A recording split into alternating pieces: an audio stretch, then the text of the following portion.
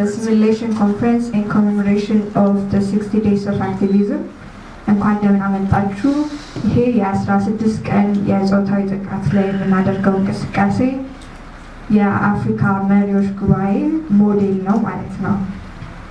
As always, we will start by our national anthem and the Africa Union anthem. So all rise.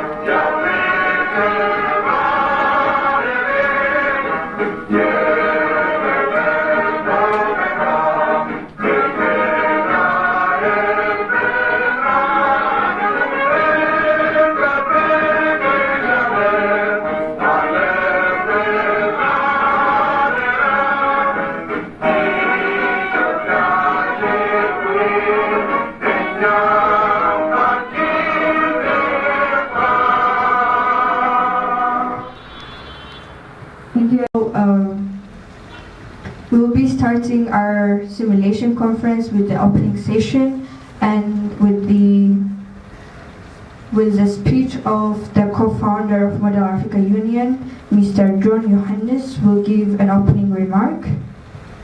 Thank you, Abigail. Good morning, everyone. Indeed, Nacho. Good morning. Good morning. You guys are still sleeping, right? All right, thank you very much. And first of all, I would like to appreciate the network of Ethiopian Women Association and also the France Embassy and the Model African Union Ethiopian team who worked tirelessly to make our gathering today possible. I appreciate that. Today we are celebrating and commemorating these important days, the 16 days of activism.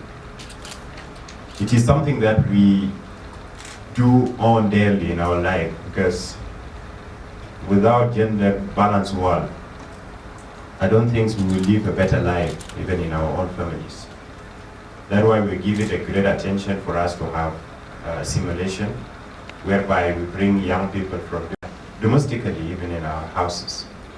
So the theme of today communicate the essence of having this event at first place. That goes, let's peace prevail and end gender-based violence. So you see the connotation between peace and gender-based violence, it always goes alongside. So it is very important for us to have it as a discussion topic that we will be sharing in different simulation forum that we will be having in the course of the next 2 days. It is a determination of the Model African Union Ethiopia to have, or to bring young people closer to the Union, to bring young people closer to the African Union so that we can understand the inner part of this continental body and what they are doing toward the African citizen, particularly integration, prosperity, and looking for a united Africa.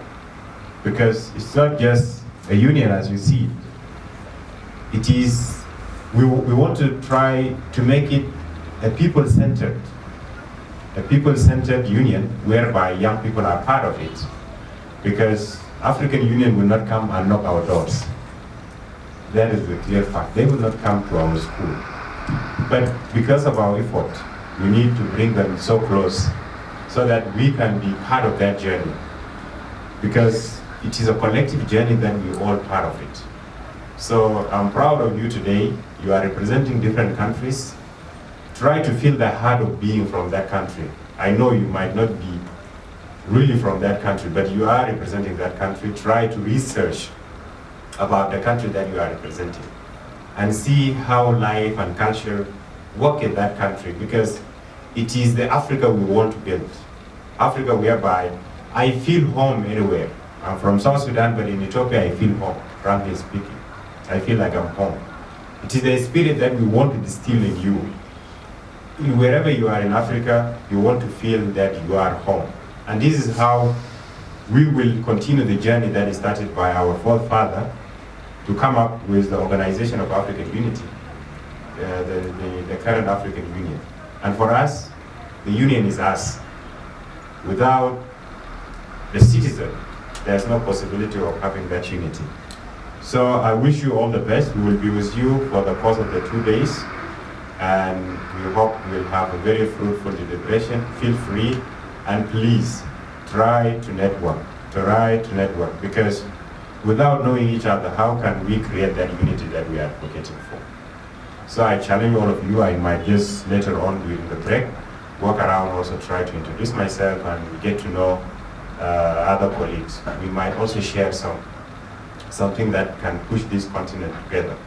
So feel free and have fun. Thank you very much.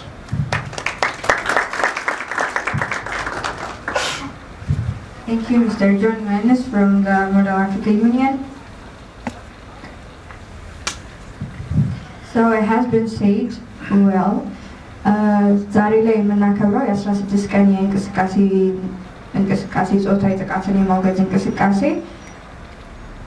በጣም ለብዙ ዓመት እያደረግነው የቆየ ሙቭመንት ነው። ነገር ግን ስቲል መቀጠል አለበት። ምክንያቱም አሁን ሀገራችንም ላይ እንደ አፍሪካም ደግሞ ስንመለከት ይሄ ጾታዊ ጥቃት የምንለው ጾታዊ መሰረት ያደረገ ጥቃት አሁንም ድረስ ትልቅ ጥያቄ ወይም ደግሞ ትልቅ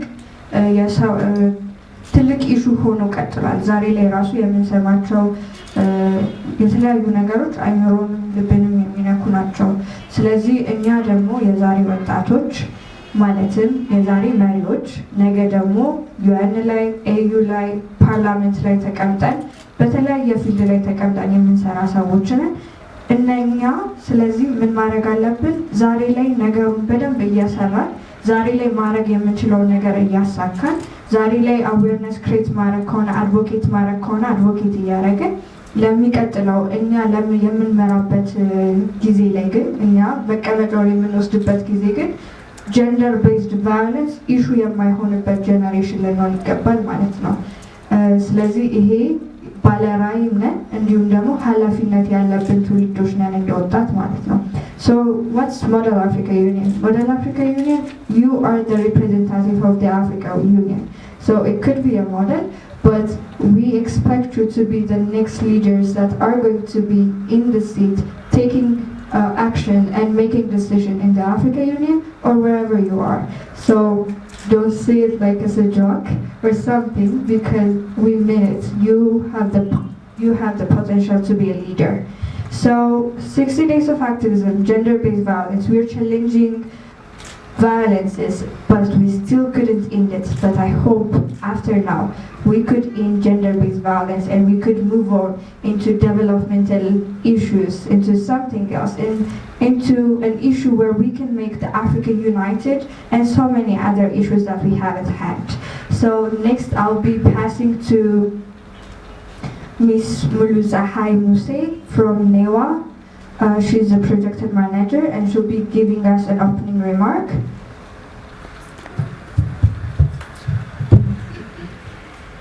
Good morning.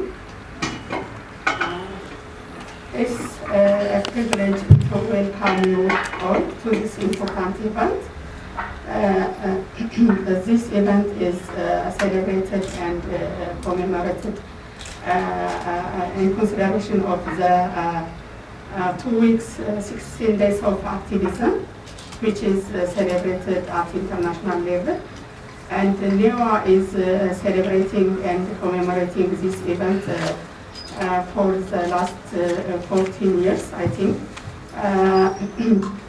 Newa is using this time to show how GBV or gender-based violence has a damaging effects and how the problem is intensified from time and to bring all stakeholders to make it their concern and their issue. So Newa is also preparing this 2 days event with the main motto, peace shall prevail and stop gender-based violence. So in line with this, Newa has prepared this special event to bring the young people, which are unactive agents of change and also the tomorrow's leaders, to take this issue in their future endeavors. So we believe that, Newa believes that the young people are GBV, as GBV is not a concern and an issue of a certain organization or certain community. You all are expected to take this issue in your is a problem, but imagine there is no fruitful ground like working in the youth, because if you're working in the youth, you're working in the future, and that's what we're working for. For example, look the 2030 or the SDG. It's about the future. Look the 2063 agenda of the Africa Union. We're working to build a better future, or the Africa we want in the future. So what is working if you're not working on the youth that are in the future? So thank you very much, and we really appreciate Newa again for taking this and for understanding this really deep passion and also work and to work with us. And beside that, I would really like to say about something about gender-based violence as well. because gender-based violence is not just a rape. So when we're saying gender-based violence, it's a violence against that is gender-based, but it could be in economy, in social, and also it could be politically, and also it could be physically as well. When we say rape, even if a person say like, hey girl, that you look pretty, that's a sexual assault. That is also gender-based violence, which we call catcalling. So don't see gender-based violence only in related to rape. But even if you see gender-based violence in related to rape, there are so many, hundreds and thousands of cases that are currently happening in Ethiopia and Africa. And that's why the topic, or these 60 days of activism, is very important. So I'll be passing to Newa Brahane, the high school coordinator for the Model Africa Union. Hello and good morning everyone. My name is Newa Brahane. I'm the high school coordinator of Model Africa Union Ethiopia. Today we are all here gathering for the commemoration of the 16 days of activism. 60 days of activism against gender-based violence is an international campaign to challenge violence against women and girls. The campaign runs every year for the elimination of violence against women. This international campaign is useful to raise awareness, strengthen local and also national program, and also advocate for the government policy to eliminate all forms of violence against women.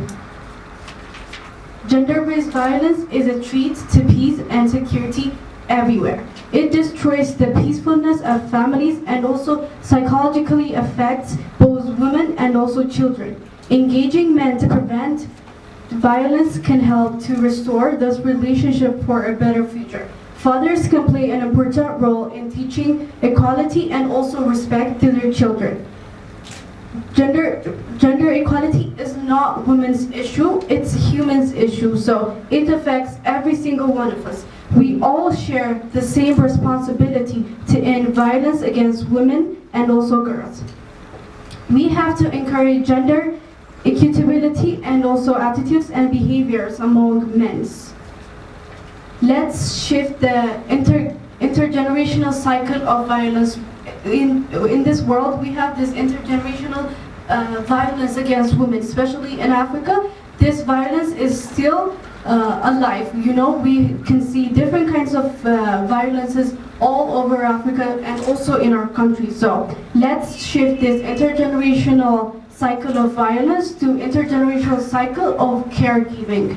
So let's not fight for our own happy ending, but let's fight to say you can't. Let's fight for accountability. Let's fight to establish precedent, because we pray we be the last ones to see gender-based violence. አመለካከት ለሴቶች ሴትን እንደ ሴት ብቻ ሳይሆን ሴት ሰው በመሆኗ ራሱ የምትከበርበት ዛሬ ላይ የምንሰማው በጦርነት በተለያዩ ምክንያት ሴቶች መደፈር የሚያቆሙበት ወይም ደግሞ የመጀመሪያው ተጠቂዎች ሴቶች መሆናቸውን የሚቆምበት ያንን የሴቶች ጥቃት የሌለበት ያችኛዋን ኢትዮጵያ ወይም ደግሞ አፍሪካ ነው የምንሻው ማለት ነው። ስለዚህ ይሄንን ደግሞ ለማድረግ የመጀመሪያው ሮሉ የማን ነው የሚለውን ስቲል ዲስከስ ቢደረግ ነው። ነገር ግን ሴቶችም ወንዶችም አንድ ሴም ታይም ጥቃት ላይ አድቮኬት የማድረግ ወይም ደግሞ ስለ ጥቃት አዌርነስ ክሬት የማድረግ የሴቶች ብቻ አይደለም የወንዶችም ነው። ምክንያቱም አንደኛ ሴቶች ላይ ጥቃት የሚያደርሰው ሴት ብቻ አይደለችም አይደለም። የሴቶች ጥቃት ኢንዲፍረንት ሚንስ ኢኮኖሚካሊ፣ ሶሻሊ፣ ፊዚካሊ ስፔሻሊ በወንዶች ነው። ስለዚህ ወንዶች ላይ መስራት መቻል አለብን ማለት ነው አይደለም ይሄንን የሴቶች ጥቃት ለማስቆም። ስለዚህ it's not the role of women only, it's the role of men as well. So we really need to hold hands in order to combat or in order to end the gender-based violence. So saying that, this year's 60 Days of Activism is being celebrated with the theme of, as a national theme, is Let's Peace Prevail and Stop Gender-Based Violence, and the international theme is Orange the World and In Gender-Based Violence. So we probably know why the national theme is Let's Peace Prevail and Stop Gender-Based Violence, because if there is no peace, then the gender-based violence will keep on going. because we don't have a law that will prevent gender-based violence during war. We don't have an institution that can secure or protect those women. We don't have any kind of mechanism or approach that mitigates the risk of gender-based violence. And also, we don't have an approach that will reduce the gender-based violence as well. So now we will have brief presentation about the African Union and women and gender and youth directorates. This presentation will be mainly about the African Union structure and also specifically the women, gender and youth directorates in the African Union. And you'll be able to know some hints or some knowledge about simulation and why it's important. So I'll be inviting John Johannes, the co-founder of Modern African Union, to give this brief presentation. And why? And also, what is the role of the young people? If we all know, majority of Africans are young people, so it is very mandatory for young people to be part of this journey. I will try to be so open so that we can also have a conversation. It's not just a one-way traffic where you just hear from the podium. We also want to hear from your side. And the first thing, before I tell you about the African Union, you all know maybe the name, but who can define the union itself? What is the African Union?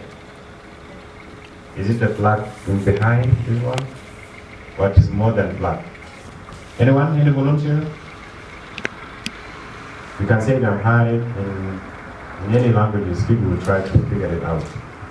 And they try to stand as one by uniting, by standing as a united front, and it's a conglomerate of the different member states so that they can achieve unity and goals that help all of us succeed together. Perfect, thank you. Any volunteer? No? Come on guys, try it. Alright, perfect. The African Union, yes, it is a continental body that constitutes, which was founded in 1963. And then recently, in 2002, they named it African Union to represent the whole 55 countries. And it is guided by its vision for integrated, prosperous, and peaceful. The very important things that we always advocate for is the African Union Agenda 2063. That agenda is the agenda that charts a way for prosperity, peace, and unity. And it represents our voice. Temani, yes, tell us something about the Agenda 2063. The main aim of the Agenda 2063 is to create the powerhouse of Africa, or what we call United States of Africa, an integrated Africa, for which there will not be any good or some. Yeah, and now. All right, thank you. Yes, it is formed by the presidents, the prime ministers of all 55 countries. This is the highest decision that sits on the top of the African Union. They have different sectors they are leading. And also, of course, they have thousands of staff across the continent.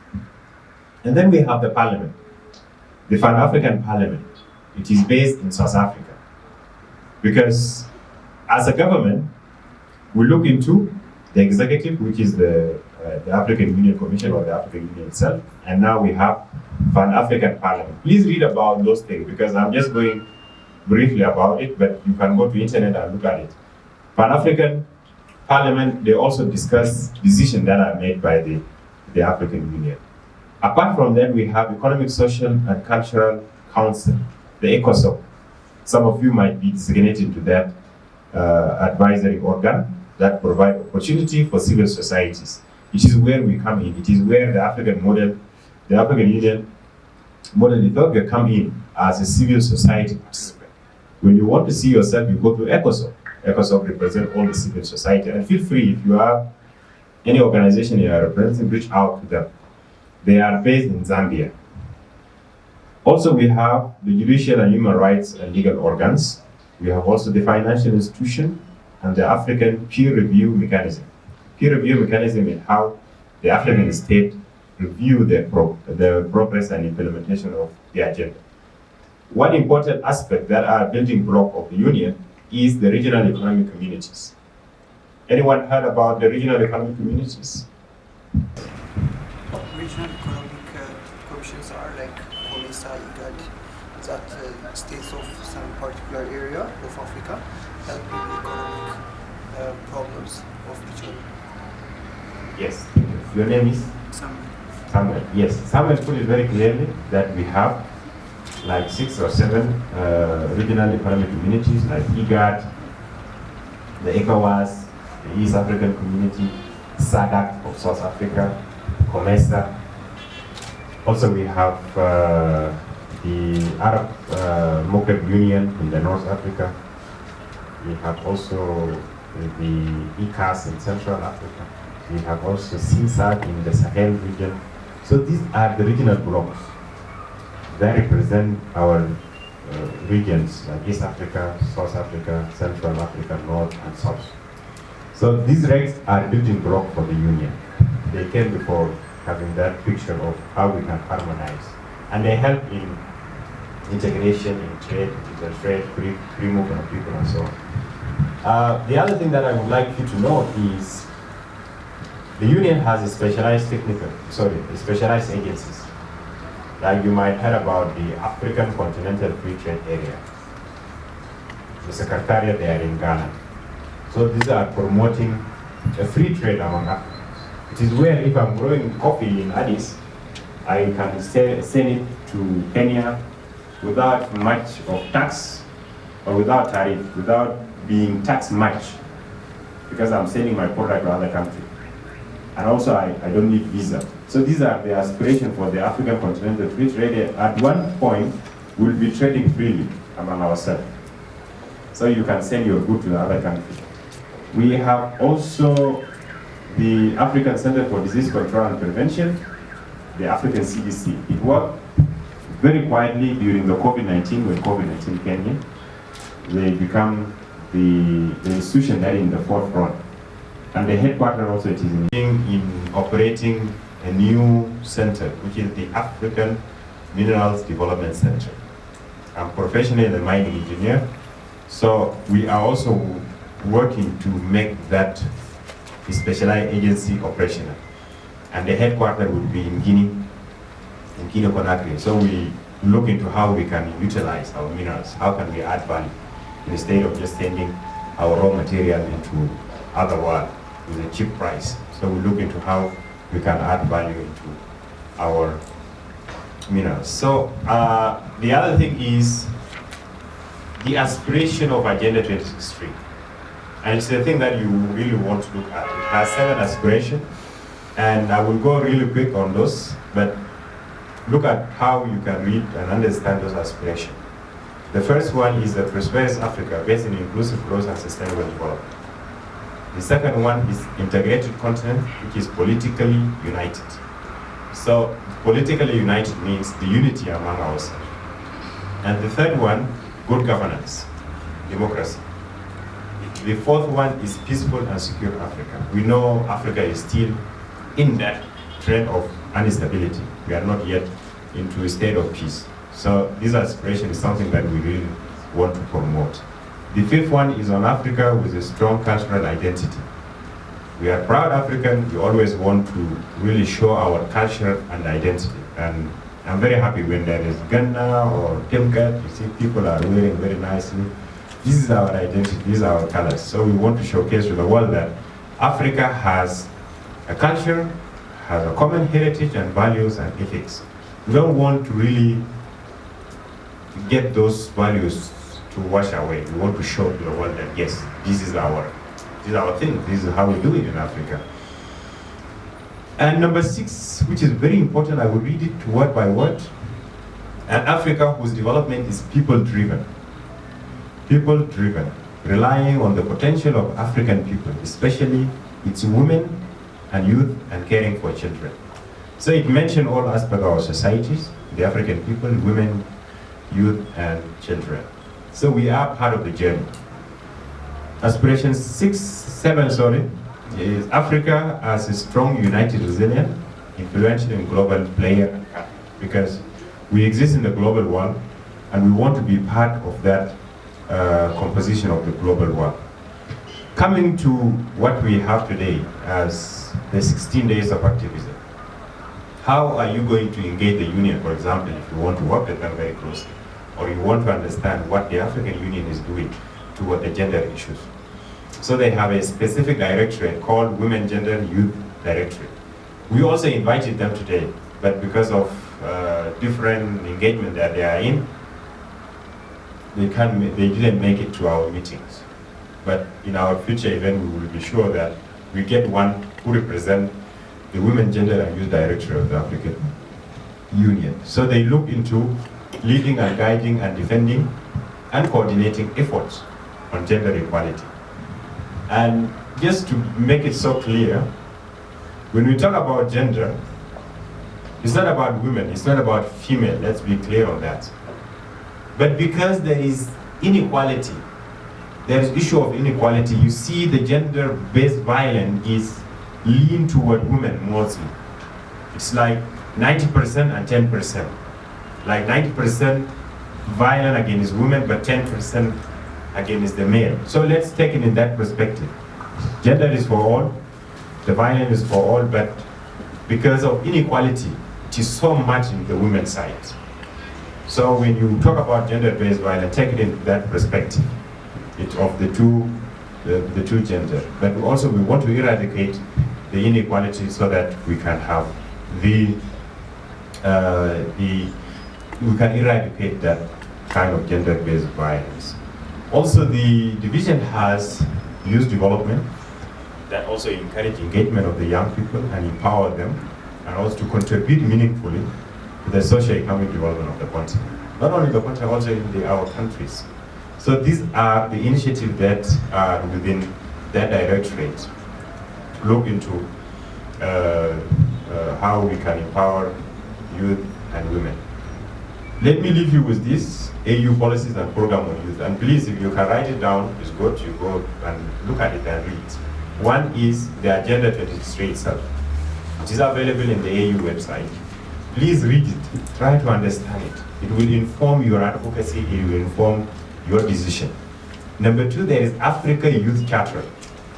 The Africa Youth Charter talk about youth empowerment, youth engagement. And our country is supposed to ratify those treaties into their countries. So read about the Africa Youth Charter. Number 3, Africa Plan of Action for Youth Empowerment. All those are available online. You go to the African Union website, you can get them. Please try to read them. Try to understand the 1 million by 2031 that has engagement in education, employment, entrepreneurship, and education.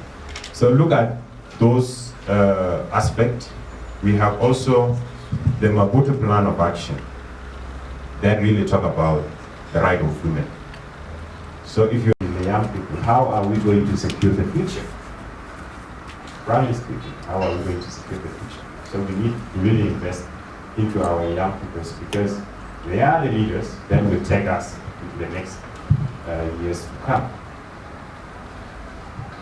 So this is what I just want to share with you, and visit the African Union website. There is also African Union handbook, you get it available there. We talk about whatever I just explained briefly, and also if you want to engage the union, particularly young graduates, there's a program called African Union Youth Volunteers.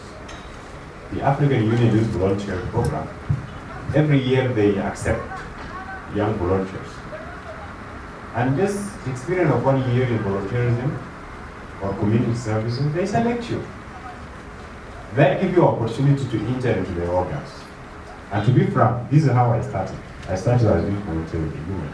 After my graduation, I looked at those opportunities, I applied, I got interviewed, and I passed. So it's not different from your case. You are a graduate, they look for graduates. Even if you're still in high school, whatever you are learning, it is in the union. So look into those websites. Everything is done online. You upload your profile, create your profile, apply. You never know when the chance might come, right? So please try to join the union and so on. So I would like to say just very brief about simulation. Maybe we will talk later on more about it in our breakaway session. But simulation model from its name. Yes, when you simulate, you are like imitating, acting like someone, right? So we want to act in behalf of the union, in behalf of our ministers in social affairs or gender. We want to act in behalf of our Minister of Education. That is why we bring this simulation program for you to learn about diplomacy. Because when you are representing a state, you don't just say anyhow, right? You use diplomatic terms.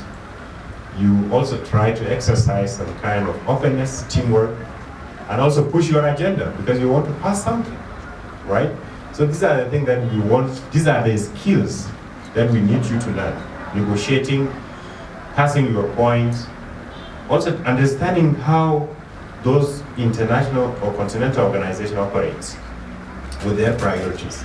The other one, research about whatever topic you are going to discuss, because that will inform you.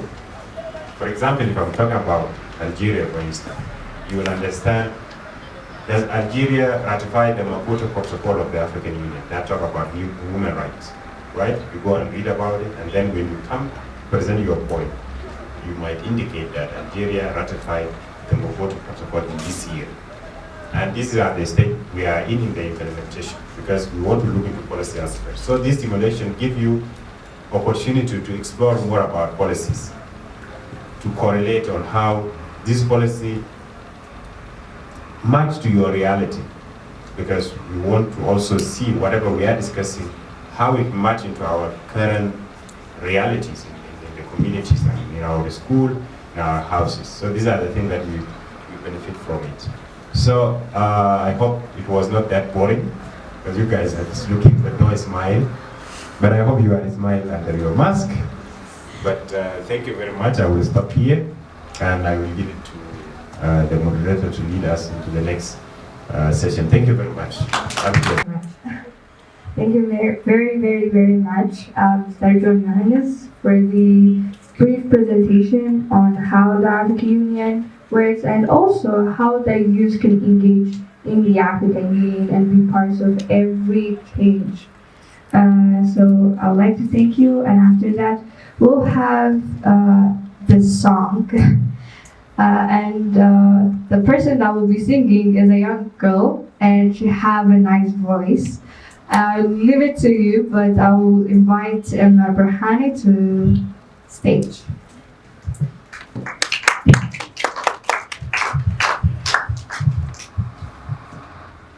Thank you. So now I'll be singing fight song.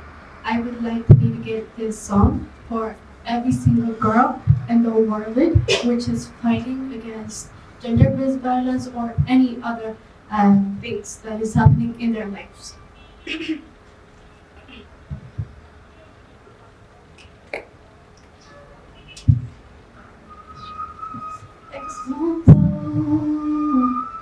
On the ocean, sending big waves into motion, like how a single one can make your heart open.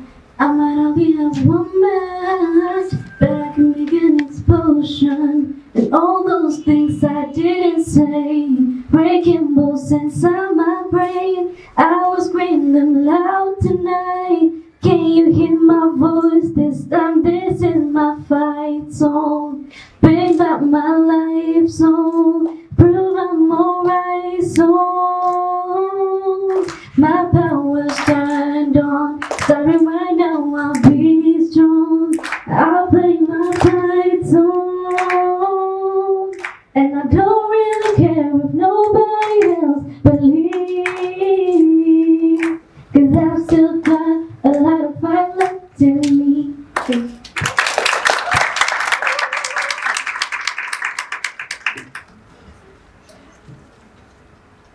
Thank you very much, Dharma. I hope you enjoyed it.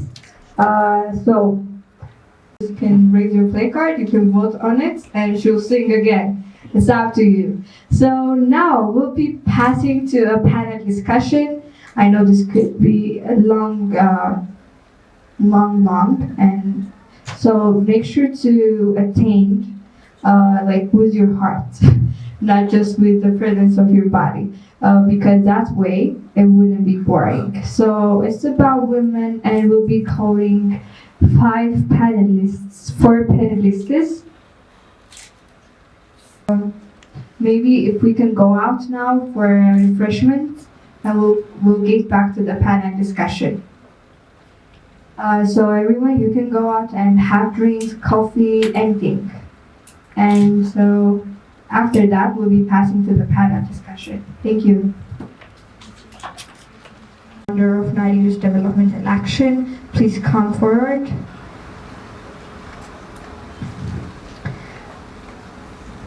Mr. Tafarra, please come forward. Ms. Edelawit Alahun from the MAU Ethiopia, please come forward. And Ms. Hiwet Molla, the Communication Officer of Newa, please come forward. Before giving them the floor, so the panel discussion will be on the collective role. So why do we say collective role? It's mainly because it's not just the role of men. We need a collective action, and we need a collective responsibility, because it's not something that one can only do by themselves. It's not only her that is expected to fight, it's also him that we expect to fight for to end gender-based violence. Imagine, by coming together, we can tackle anything, but if we're just alone, it's going to be really long. We're not saying that we cannot achieve it alone, but it's going to be long. So we're kind of minimizing the step that we want to go. So we really need a collective action toward ending gender-based violence. And also, coming to the topic, the role of men in ending gender-based violence. It's not only the women. Maybe we know, our mother in the house, they're like, oh my God, stand up. Your brother is doing something, and you're a woman, and you're sitting there. So this kind of things could be one of the cause. But the other thing is also, we really need men to advocate and create awareness, and also to be the main stakeholder in ending gender-based violence, because as we all know, we always hear about women are like our mother, our sister, our daughters. So imagine, you're a man, it's your wife, it's your mother, and it's your daughter, and it's your sister. So you have to engage the same way. So saying this, I would like to really give the floor to our panelists to give an introduction, and also to give us an insight on the topic, a summary, and also to say something about what they do. The team and the facilitator. So today's discussion is about male engagement in fighting gender-based violence.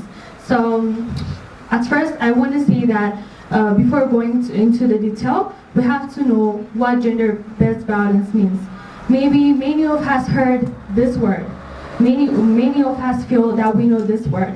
But when we try to read or try to make a research on this topic, we might have found many different things. For instance, as Abigail has said before, many think gender-based violence is about rape. But no, gender-based violence includes many different things in it. So internationally, it's defined as an harmful act, which is also be considered as a human rights violation. A human rights violation based on their gender. So after that, we're going to see the types of gender-based violence. That means I hope everybody in this house may know, because for this simulation, I hope you've been preparing a lot. We can see, for instance, physical kind of violence, like beating and pushing. We can also see economical kind of violence, which is like making women dependent and not to get an access for education. We can also see mental, emotional, and psychological kind of violence that is, making them, like, to think that they are not self-worthy, or to think that, or to undergrade themselves, to underestimate themselves. For instance, it can be by our words that we say for them. So we can also see domestic kind of violences, which are very, common, especially in continents like Africa, and also in our country, Ethiopia. For instance, we can mention female genital mutilation, mutilation, and also we can see child marriage, and many other kinds of domestic violences. So thus, and many other kind of things, like which I didn't mention, can also be included in gender-based violence. So what I believe is that when we try to say something, before that we have to know what the term does mean, and what the term, or for instance, when you talk about gender violence, we don't have to take it as it is, but we have to relate it with our continent and also with our country, to contextualize and to bring a better solution. So thank you very much, and I'll give the floor to Mr. Tarefa. አመሰግናለሁ። እንደምን አደራችሁ? አቢጃ ይሰማል? Good morning. My name is Diakon Tareforko. I work Walta Media and Communication Corporate as a senior researcher. I would like to present or to give you a brief summary of what given me to discuss today. So I'm going to briefly present in Amharic. Wish if you could speak as many as African language like Swahili, Zulu, Tswana, whatever. Anyways, Africa for Africa. So I'm going to present or briefly jot down some of the points I raised today. ሰላም ይስፈን የሴቶች ጥቃት ይቆም የሚል ቲም ነው ከጀርባችን የሚታየንና ለምናውቀው ያው አፍሪካ የሰላም ጉዳይ በጣም አስቸጋሪ የሆነባት አህጉር ናት። ከዛ ባሻገር ደግሞ በተለይ የኛ ይሄ ሆርን ኦፍ አፍሪካ የምንለው በጣም ዋን ቶርን የሆነ ሪጅን ነውና ከረንትሊ ያለንበትን ሁኔታ እናውቃለን እንደ ኢትዮጵያ ወይም እንደ ሆርን ኦፍ አፍሪካ እና በዚህ ባለንበት ሁኔታ ውስጥ ደግሞ ሴቶች፣ ህፃናት በተለይ ከሌሎች ማህበረሰብ ክፍል ተጠቂ እንደሆኑ እናስተውላለን። በመሰረቱ የሴታዊት እንቅስቃሴ የምንለውን ነገር በምን ለመጀመር ፈልጋለሁ። አሁን ያው ምዕራቡ ዓለም የሚለው ሴትነት መብት በተመለከተ ወይም የሴታዊነት እንቅስቃሴ ጅማሮን አውሮፓ ያደርጋል። ግን በሚገርም ሁኔታ BC before the birth of Christ ኢትዮጵያ ውስጥ ወይም አፍሪካ ውስጥ ሴቶች መሪዎች ነበሩ። ወይ ታውቃላችሁ አይደል? ከንግስተ ሳባ ጀምሮ እስከ እቴጌ ጣይቱ ድረስ ማለት ነው። እና ይሄን አይነቱን ሙቭመንት ወይም ስለ ሴቶች እኩልነት ወይም ሴቶች በማህበረሰብ በሀገር በኮሚኒቲ ደረጃ ያላቸውን ሮል ማውራት ካለብን ማውራት ያለብን አፍሪካውያን ወይም ኢትዮጵያውያን ነን። ምክንያቱም ለሴትን የመጨረሻው የስልጣን ደረጃ መሪነት ነው አይደል? መሪነቱ ደግሞ የስሙላ ወይም ኖሚናል የሆነ መሪነት አይደለም። በጣም ፋንክሽናል የሚያደርግ ትርጉም ያለው ለምሳሌ ኢክስተሳባ በጣም ትርቃለች።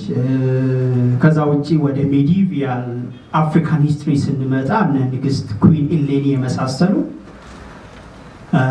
በጣም ዋይድ የሆነ አመለካከት የነበራቸው በዘመኑ በነበረው የጦርነት ምክንያት ፖርቹጊዝ አውሮፓ ድረስ ደብዳቤ የጻፈች በሙሉ ስልጣንና ኃይል ከአውሮፓውያኖች ጋር ደብዳቤ ሀሳብ ስትለዋወጥ የነበረች ሴት ናት። ከዛ በጣም የሚነሱት እቴጌ ጣይቱ ናቸው።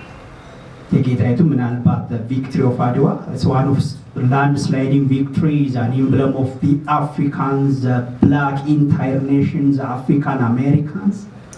The Battle of Adwa or the victory of Adwa was unthinkable without the involvement of Empress Taitu. She did really an immense role to brought that victory for the entire black nation, the black people all over the world. That is a benchmark, that's a paradigm shift of how European narrating, articulating African history.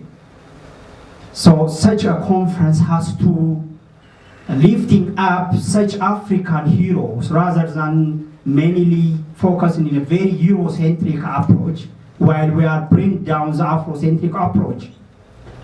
So we need to, we like to see the picture of Empress Taitu, the picture of Winnie Mandela here as a model of African leaders. So we need to really detach ourselves from the very Eurocentric of approaching, explaining the human movement in Africa and Ethiopia and in the entire black nation. So we need to bear in mind this, a very fact of how the feminism movement, whatever you call it, before the European is in the world map, women is in power in Africa. So we need to shape up our discussion in a very Afrocentric approach. I know the school system we have passed through is mainly crafted by the Europeans. Don't get me wrong. And I love every people. I'm universalist. I'm very friend of Europeans and white people. But we need to back to our roots as Africans. So when we talk about the African women issue, there is a proverb in Ethiopia. It says, when a woman rules, streams run uphill. ሴቶች ሲገዙ ወይም ሴቶች ታስተዳድሩ ውሃ ወደ ላይ እንኳን መፍሰስ ይሄ ከተፈጥሮ ሕግ ጋር የሚቃረን ነው አይደል?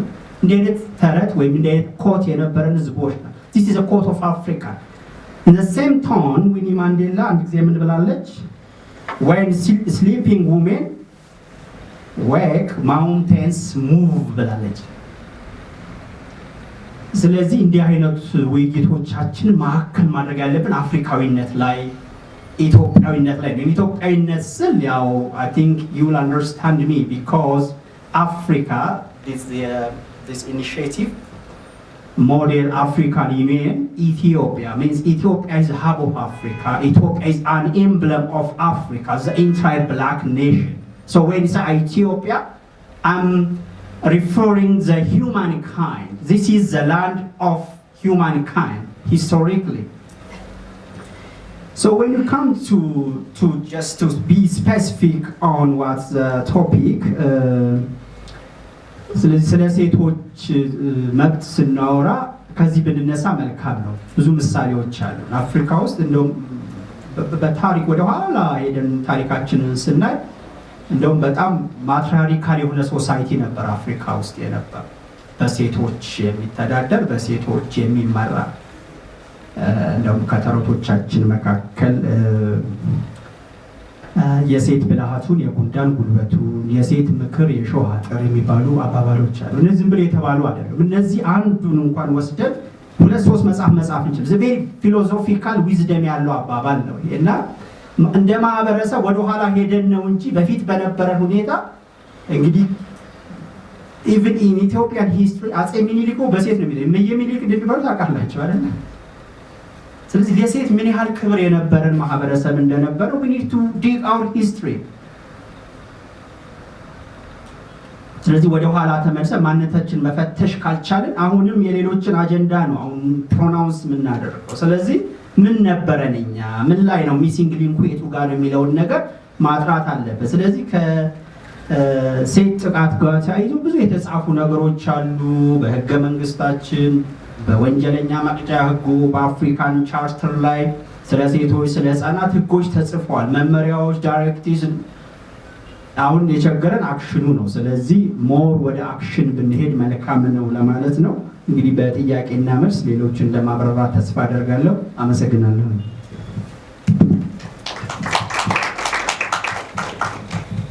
Thank you. I think my colleagues here already summarized and explained about what is the gender-based violence. So I will be left with sharing experience from where I raised as a young person. I come from South Sudan, and my name is John Johannes of the Earth. It sounds Ethiopian, but we are Africans, right? We raised in a society that gives a privilege to a man, and it gives us that privilege of you are entitled to everything in life. That is to say, if we talk about the gender-based violence, I will repeat, you see women are left in the houses, but they do farming as well. Because I'm from a pastoralist community, by then, before urban life, before going to office and this urban life, we are a pastoralist at some point. So the head of the family will go to the bush and hunting for any animal or anything to bring home. But she's there at home, particularly mothers. They will go to a nearby river to fetch water. They cook food. They go also have some activity in the farm, right? So these are the strengths. These are the activities that women does. If we come to urban context, what makes it different? Why don't we also engage them into the activity that can enhance the societies, so that they can be a better role model for their daughters and even their sons? One other example is, for example, by then we have this tendency of you send your boy first to school, even if the eldest one is a girl at home. You keep her to stay at home, and you send the boy one to school, and the boy is younger than her. This is unfair. This is unfair to her. She's the elder in the house, but you need her to work for you, helping you in the house, then sending the younger child, which is a boy child, to school. This was dominant in my community. It is something that we don't really want to advocate for. Why don't you send both of them to school, or not send the elder one to school, which is a lady? So we need to understand that. So that's why I said there is inequality in our community, and we need to fight inequalities. Not just the gender-based violence as a definition, but we really need to go into those small things. Promoting education, promoting equal opportunities, and also give them the necessary support for them also to be part of the society. So it is something that we can start at home. I give you other things to my community as well. Washing dish, sahan without it. They say it's only a work for a woman, When I eat my food, so I expect my sister just to come and pick it up, take it to kitchen and wash it. You see, while she might have assignments, she's also doing her school, I want also to suppress her even at home. Why don't you just take your sahan and go and watch it in the kitchen? It will not cost you anything. In my society, it's a wrong thing. If they see you walking around going to kitchen, they say, no, don't go there. Are you a woman? You see the segregation even in the house. Means that there is only work there for female. If they find you cleaning the house, they say, no, it's a work of female, it's a work of your sister. Right? So these are the things that we really want to advocate for, and in South Sudan, we are trying our best to advocate for best practices. I know the community, the society is not fair because of how we come along the way and how the human being is developing. There's no wrong with that. We can change history a little bit. It's not just a one-day thing. And we have other examples that also suppress women in society, particularly in South Sudan. The dowry, I know maybe Ethiopians also have the same kind of tendency of giving a dowry to the family of the bride. Rooms for you to get a wife, you give some kind of dowry. For us, we give cows. and that one is a male work, so they have to get it anyway. You get our cows, we give you our daughters. Otherwise, no marriage. You don't have cows, we don't give you our daughters. So that things by itself. I know we give a lot of cows, but it gives you kind of like a boss in the house, you know, because you give 80 cows to her family, and now she come in the house as a partner. She's your wife, but you think like you are the boss in the house because you pay 80 or 100 cows. You know, this also is a thing that we really want to see in the long run, to be reduced or even eradicated in the society, so that we can create that kind of equality for women at least to breathe and go out that yes, we are free, we can do activities for our communities, we can promote whatever stream they are looking for, education and so on. And please don't just restrict yourself into gender equality, look into other aspects. For example, in South Sudan, we have a Minister of Defense currently, which is something that is not common in African countries. We have one Vice President, she's a female, and we have a couple of ministers.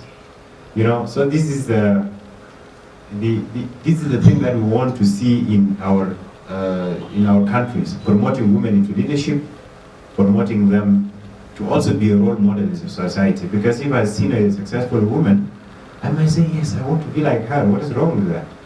Because she's doing something good. She's a minister of maybe international relations and she's doing well in her job. She might also inspire me to go to school and study international relations. So these are the things that we want to advocate for our society, and the action is all collective action, as our moderator put it very well. It is my role, it is your role, it is our whole role together to promote equality in our society. Thank you very much.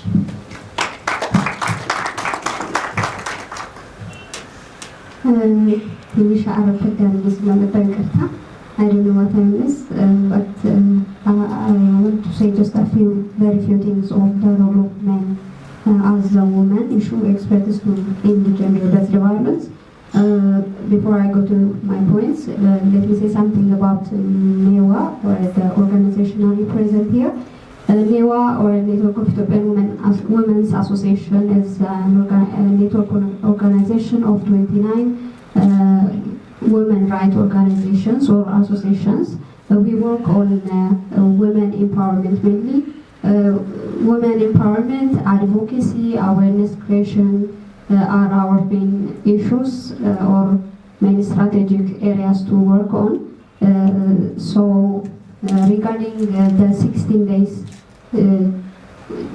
days activism, we work with 14 international and local organizations as a campaign group. We have that campaign group who works on GBV 16 days activism. So this event is one of those activities. Like we are very proud to have the Model African Union with us in these 16 days activities. ስለዚህ ያው ዋናው የዛሬው ኢሹአችንም የዚህ 16ቱ ቀናት የጸረ ጾታዊ ጥቃት ንቅናቄ ከምንሰራቸው ተግባራት አንዱ የወንዶች አጋርነት ወይም ደግሞ ወንዶች ምን መስራት አለባቸው ጀንደር ቤዝድ ቫዮለንስን ወይም ጾታዊ ጥቃትን ለማስቆም የወንዶች ሚና ምን መሆን አለበት የሚለው ላይ ብንነጋገር በደንብ ደስ ይለኛል። ለሁለቱ ቀናት ለሚኖረን ለዛሬና ለነገ ቆይታችን and also for our future interventions. So what is the role of men to end gender-based violence? የሆነ አንድ ቀን በዚህ በ16ቱ ቀናት ውስጥ አንድ ሴት ምን አለች እሱን ባጋራችሁ ደስ ይለኛል። ብዙ ወንዶች ወይም አብዛኞቹ ወንዶች ጾታዊ ጥቃት አድራሾች አይደሉም፣ ግን አብዛኞቹ ጾታዊ ጥቃቶች ደግሞ በወንዶች ነው የሚደርሱት። You see the contradiction? Like all men are not all gender-based violence. All men are not gender-based violence. Violence respect. Most of the gender violences are done by men. ስለዚህ ጥፋቱ የማን ነው ማለት ነው? ሌሎቹ የአብዛኞቹ ወንዶች ማለት ነው ጥፋቱ። ምክንያቱም ምንም እንኳን ጥፋት አድራሾች ወይም ጥቃት የሚያደርሱት ወንዶች ጥቂት ቢሆኑ ግን ጥቃቶቹ በሙሉ በወንዶች ነው የሚደርሱት። most of the gender violences are done by men. So the other men or the rest of men who are not involved in gender-based violence, they just keep silent behind. They don't defend their sisters, they don't defend their mothers from gender-based violence. So they forget their role. ስለዚህ እናንተም አሁን በሚኖራችሁ ቆይታ የተለያዩ አፍሪካ ሀገራትን ነው ወክለን ያለ ነው። በሌሎች አፍሪካ ሀገራት I hope you have researched well, as John said it before, what kind of experience do we have in other African countries? If you reflect that or if you can show that, it will be a best experience for us to involve or for our future interventions. So we can share that if you have that kind of researches here. In addition to that, just to give you some hints on this, what can men do on gender-based violence, or what can their role be? They can fight and collaborate with women who are human rights defenders and women rights defenders. So they can put their hands together, or they can put their resources and knowledge together to fight gender-based violence. In addition, men can create awareness for their friends. Like John has been sharing his experiences in his country. Men cannot go to kitchen. That experience, we have it also in our country, right? እንደውም አንድ ደራሲ ምን ሲል ሰምቻለሁ ከዚህ በፊት አንድ አባት ሴት ልጁ ጥፋት አጥፍታ ሊቀጣት ከፈለገ እሷ ማምለጥ ከፈለገች ሮጣ ኪችን ነው መግባት ያለበት። So he will not go to the kitchen. He is a man, he cannot go to the kitchen and መልካት አይችልም እሷን። ስለዚህ ታመልጣለች ማለት ነው። እና ይሄን ያህል ወንዶች ኪችን ተናደው እንኳን ኪችን እስከማይገባበት ድረስ ወንድነቱ ይይዘዋል። ያ ማለት ምን ማለት እንደሆነ አስቡት እንግዲህ። ስለዚህ we are all Africans, as John says, our cultures are the same. So አንድ ወንድ እሱ እያደረገ ያለውን ነገር ሼር ማድረግ ከቻለ ሌሎች ወንዶች ጥፋት እንዳልሆነ ወይም እያደረገ ያለው ነገር ሼም እንዳልሆነ ወይም ባድ ካልቸር ወይም አዲስ መጤ ባህል እንዳልሆነ መቀበል ይችላሉ። ሴት ከምትነግራቸው ይልቅ ወንድ ጓደኛቸው ሲነግራቸው ሞር አንደርስታንድ ያደርጉታል። ስለዚህ ሼር ማድረግ አዌርነስ መፍጠር ማድረግ ይችላል። ከዛ ውጪ ደግሞ አድቮኬት ማድረግ ይችላል። ኢሹስ we are in a patriarchal society, as you know, so men have different positions and different powers, and also they have a good networks than women do, so they can advocate such issues in their network, in their positions, and also in their contacts. Like advocating issue needs network and position, right? ማንም ሰው ተነስቶ ያንን ኢሹ አድቮኬት ከሚያደርገው ይልቅ ፖዚሽን ያለው የተሻለ ኔትወርክ ያለው ሰው አድቮኬት ቢያደርገው የበለጠ አክሴፕታንስ ይኖረዋል። ስለዚህ ሴቶች በራሳቸው ከሚያደርጉት በተጨማሪ ወንዶች ኢሹን አድቮኬት ማድረግ፣ ግፊት ስራዎችን መስራት አንድ ሮላቸው ነው ብዬ አስባለሁ። ከዛ ውጪ they can protect women from any gender-based violence, like they are the one to protect, as we always says, women are our sisters, our mothers, and our daughters. So in the other side we have men as our brothers, as our fathers, and as our sons. So they are the one to protect their sister, their mother, and their daughters. So they can protect women from gender-based violence. And these are not only the roles of men to protect gender-based violence, to stop gender-based violence. There are a lot of things if you go to different researches. ስለዚህ እንደዚህ አሁን ባጭሩ የጠቀስኳቸው ነገሮች ብቻ አይደሉም የወንዶች ሚና መሆን አለባቸው ብለን የምናስበው። የተለያዩ ማድረግ ያለባቸው ነገሮች ሚናዎች አሉ ወንዶች ማድረግ ያለባቸውና በእነሱ ነገሮች ላይ እኔ አሁን ባጭሩ ጊዜ ለመቆጠብ ካልኳቸው በተጨማሪ እናንተ በደንብ ብትነጋገሩባቸው በየሀገራቱ ያሉትን ያነበባቸውን ወይም ያያቸውን ኤክስፔሪየንሶች ሼር ብታደርጉባቸው ሞር በደንብ የወንዶች አጋርነት ወይም የወንዶች ሚና ምን መሆን አለበት የሚለው ላይ ብንነጋገር ደስ ይለኛል። ቴንኪው።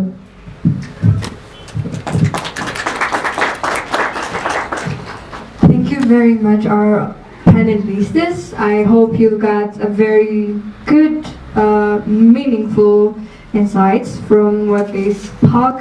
So we're going to do a little exercise. It could be a game or an exercise, but this thing, you have to be really, really honest. Okay? Are you dedicated to be honest? Dedicated to be honest. Especially guys, are you dedicated to be honest? You're dedicated to be honest. You're not looking into my eyes, so it means like maybe or maybe not. Okay, so I'll start with a question. Let's refresh ourselves. So when I ask you those questions, you're going to raise your play card if that thing has, is something that you have faced. Okay? So the first question will be for all the girls and women out here. So who have been catcalled, which means melakaf? Telefomiak. Who has been catcalled?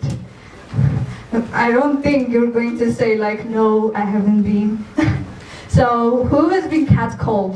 Please guys, look into those play cards that has been raised. Even the panelists as well. Who has been catcalled? With telefomiak. I'm not. Okay, thank you.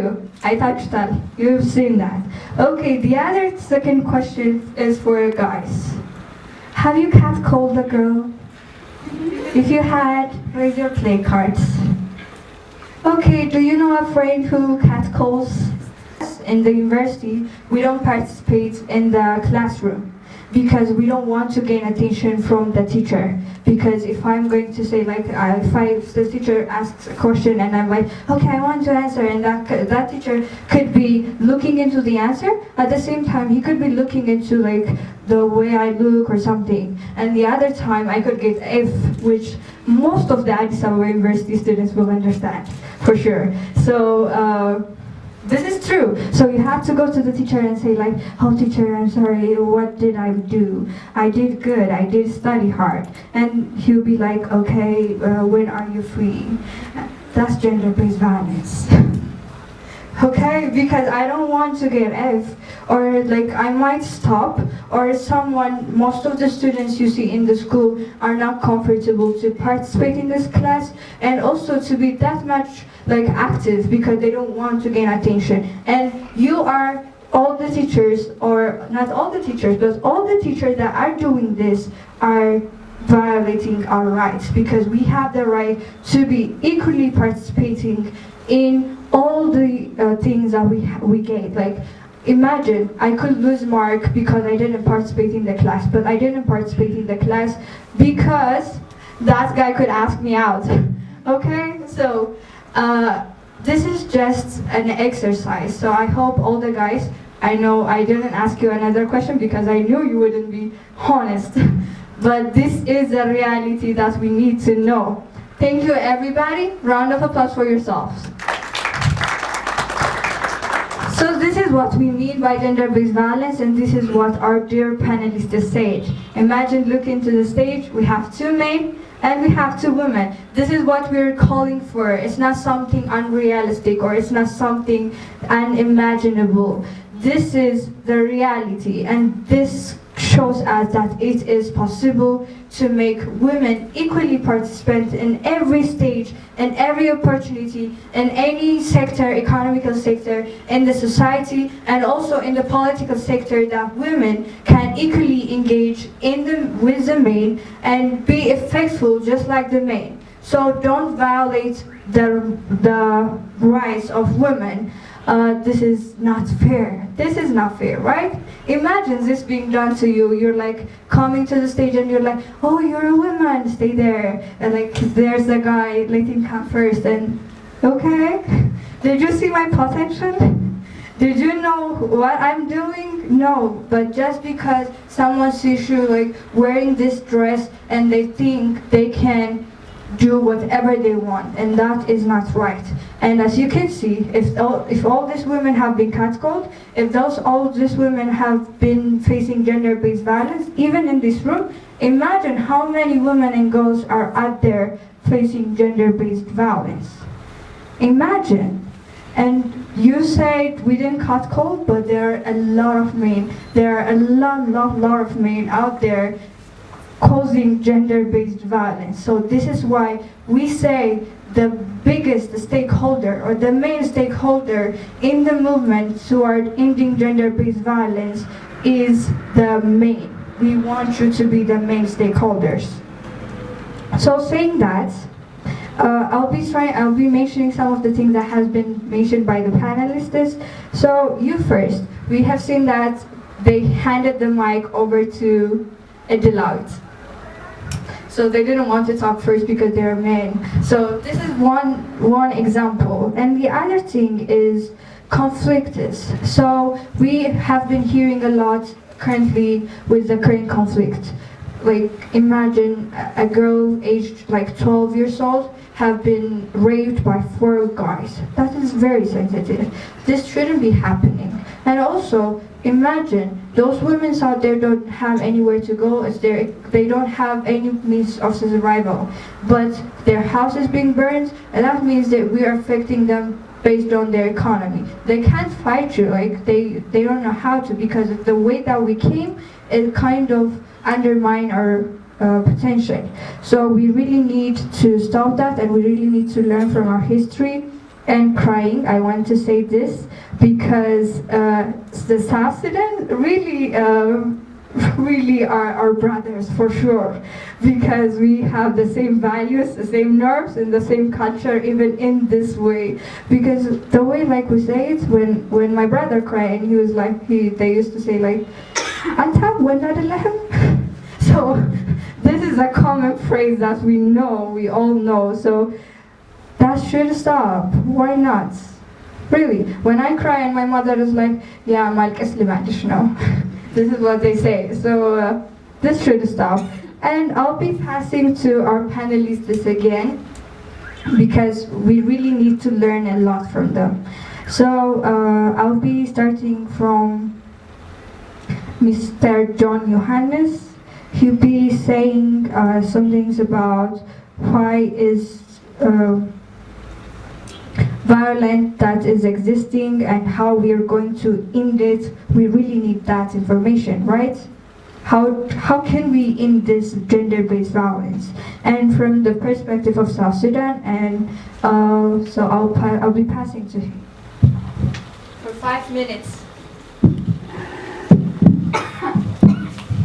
All right, thank you for passing the mic once again to us, and I hope it is, a kind of horizontal communication where also we can hear from you guys, and I hope maybe we'll reach to that point of also them sharing something with us, because we are all learning. Ending gender-based violence, it starts with oneself. It has to start with me first, or you, whoever. Right? I was a teacher as well, but I teach at a certain point high school students, and it's really tempting. Particularly, you see the variation between your age and your students are not that much, and that's why I say it's personal. You need to take your decision as individual, and then you see some girls might be interesting on you as a teacher, right? But you don't need to give in, because you are a role model for all of them, right? I know human being has emotion, and this is fact. We have emotion, we get into relations, this happens. Even the domestic violence that happened at home, it started as emotion. They were dating somewhere and then they end up as a husband and wife. But they are at home, things went wrong, they are fighting, this guy is hitting the wife, This is how violence get there. But for you to observe yourself, for me as a teacher, I I feel like a role model to my students. So I don't allow a violence to happen to any. And I don't want to be the one starting it, because if you do it, you are going to escalate it to be something very common. For example, dating one of my students doesn't make sense for me. I know some teacher might do that, right? But I believe it's something that can be criminalized if a teacher is found dating one of his students or her student. It's something that is not really appreciated. So first, it starts from our individual actions in our families, in our schools, in our church, in any society that we are in. We need to be a role model. This is one. The second one, because I've said the proportion is leaning toward women. We need support. We need to support the women and the girl child, for them also to be as strong as the man is already, Just one example. I know I'm tall, I'm 180 something centimeter. If I'm standing with someone 150 centimeters, right? And there is a wall maybe in front of us. And that wall maybe is 160 centimeters, right? And the person standing next to me is 150 centimeters. Who is going to see the other side of the wall, right? It is me, because I'm tall, right? And the wall is just maybe will be here because it's 160, but it's 150. That person will not see anything, right? For us to make that person to see, what are we going to do, right? I might bring maybe lumber or anything so that that person will step in. Now, she or he will be able to see the other side. This is how society projects us. Society gives us the privilege as a man to be exposed, to have all the privilege, to have all the experience, right? And that's why the representation sometimes give advantage to a man. So I'm saying we look into the support on how we support women for them to be strong also in the society and be part of the whole structures. So that support can be education, can be different training, can be awareness, speaking in their behalf. For me, personally, I have asked men making choice in their behalf. So this is what I want to share. Thank you. Thank you very much. Thank you very much, Mr. John. So I'll be passing to our next panelist, and she'll say something on. I'll be passing to our next panelist, Mr. Tafera, who'll be saying the role of men in gender-based violence, but specifically in Ethiopia. So he'll have 5 minutes. አመሰግናለሁ።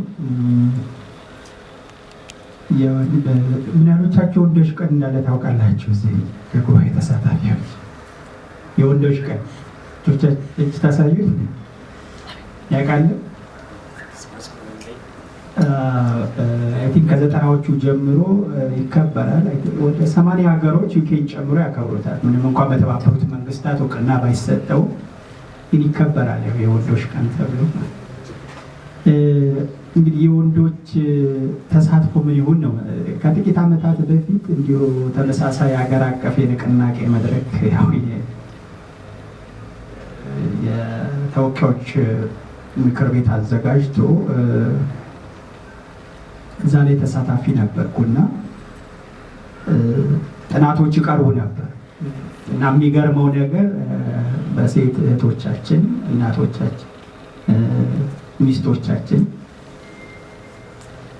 የሚደርሱት ጥቃቶች በአብዛኛው እንደው በትምህርተ ጥቅስ የተማሩ በሚባሉ የመጀመሪያ ዲግሪ ወይም ከዛ በላይ ያላቸው ወይም በከፍተኛ የሥራ ኃላፊነትና ስልጣን ላይ ያሉ ደግሞም አስደንጋጩ ነገር ደግሞ በሃይማኖት ተቋማት ውስጥ ያሉ ሆነው ነው የተገኙ ጥናቱ ያሳየው ማለት ነው። ለዚህ ጉባኤ ወይም መድረክ መላኩ ሲጋብዘኝ የአንዳንድ ሪሰንት የሆኑት ጥናቶች ውስጥ ምን ይላሉ ብዬ አሁንም አስደንጋጭ ነው። በሀገራችን ደረጃ ከሶስት ሴቶች ውስጥ አንዷ በተለያዩ ደረጃ ጾታዊ ጥቃት ይደርስባቸው። በእርግጥ አሁን ባለው ሁኔታ በመንግስት ደረጃ ሃፍ ኦፍ ዘ ካቢኔ ውሜን እንዲሆኑ ተወስኖ ብዙ ሴቶችን በአመራርነት ላይ እያየን ነው። ግን በእርግጥ ሴቶች ፍቅር ነው ድጋፍ ነው የሚያስፈልጋቸው የሚለውንም ብዙ ማጥራት ያለብን ይመስለኛል። ከዛ ጋርም ተያይዞ በእርግጥስ አሁን ወንድሜቸው he read about education. We need to really rework, revisit the kind of education we are receiving. ምክንያቱም ተማርን የምንለው ሰዎች ከሆነ አንድ ግማሽ አካላችን ላይ ጥቃት የምናደርሰው በእርግጥ የተማርነው ትምህርት ሊጠየቅ አይገባው? ምን አይነት ትምህርት ነው የወሰድነው የሚለው ነገር በደንብ መታየት አለበትና መቼም ሰው የሚወደውን የሚያፈቅረው ሰው ላይ ጥቃት ያደርሳል ተብሎ አይታሰብም፣ ሌላ አይነት መንፈስ ውስጥ ከሌለ በስተቀር። እኔ አዲስ አበባ ዩኒቨርሲቲ ነው ለምሳሌ የተማርኩትና አንድ ጊዜ አንድ በሎ ፋክልቲ መምህር የሆነ ወጣት ኮልማሳ ልጅ አንዲት ተማሪውን ቅድም እንዳነሳችው ሚዲያ እንዳነሳችው ወደ ቢሮ እንድትመጣ ይጠራታል እና ቢሮ ከመጣች በኋላ ግን ኮንቨርሴሽናቸው ጥሩ አልነበረም እና ልጅቱ ያን በስልክ ቀርጻ ስለነበረ በወቅቱ አዲስ አበባ ዩኒቨርሲቲ ፕሬዚዳንት የጀንደር ኦፊስ አዲስ አበባ ዩኒቨርሲቲ የጀንደር ስቴትስ ነበር እና ሪፖርት ተደረገና አውቶማቲካሊ ያ ሰው ከስራ እንዲወገድ ተደረገና ዋይ ዘ ሎ ሜከርስ አር ዘ ሎ ብሬከርስ ይሄ መጠየቅ አለበት እና እኔ እንደው በጣም አትኩሮን እንድናይፈልግ ወደ ውስጣችን እናይፈልጋል። የተማርነው ትምህርት እናምናዋለን እንከተለዋለን የምንለው የእምነቶቻችን መርህ ካን ቢ ክርስቲያን ኦር ሙስሊም ኦር ዋትኤቨር ምንድን ነው የሚለው ማየት ያለብን ይመስለኛል እንጂ በ21ኛው መቶ ክፍለ ዘመን ውስጥ ከ50 ዓመት በላይ እድሜ የሆናት እናቶቻችን በዚህ ኮንፍሊክት ተደፍረዋል። ይሄን በሚዲያ አይታችኋል አይደል? ይሄ በጣም አስደንጋጭ ነገር ነው። Where is our human value? Where is this 3000 history of civilization? We need to really ask this question ourselves. ምንድን ነው እየሆንን ያለ ነው? This is a very inhuman act. It's a very barbaric revenge act against humankind.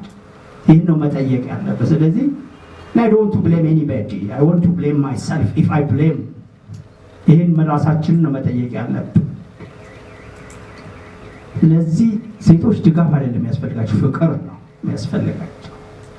ሙሉ ፍጡር ናቸው፣ እኛው አካላት ናቸው ብለን ምናምን ከሆነ በዛ አይነት ፐርስፔክቲቭ ነው ኢሹንም አድሬስ ማድረግ ያለብን ይመስለኛል።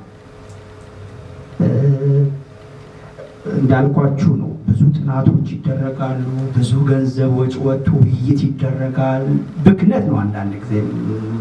ምክንያቱም ለዛ ኮንፈረንስ ለዛ ጉባኤ ኢንቨስት ይደረጋል፣ ብዙ ወጪዎች ይደረጋሉ። ግን ኦን ደ ግራውንድ ያለውን ነገር ስናየው ደግሞ አይታረቅም ካለው ነገር ጋርና መሻሻሎች አሉ። ፔሲሚስት መሆን አልፈልግም። በእርግጥ መሻሻሎች አሉ፣ ግን እስካሁን አሁንም ድረስ ግን ደግሞ በጣም መስራት ያለብን አሳይመንቶች አሉ።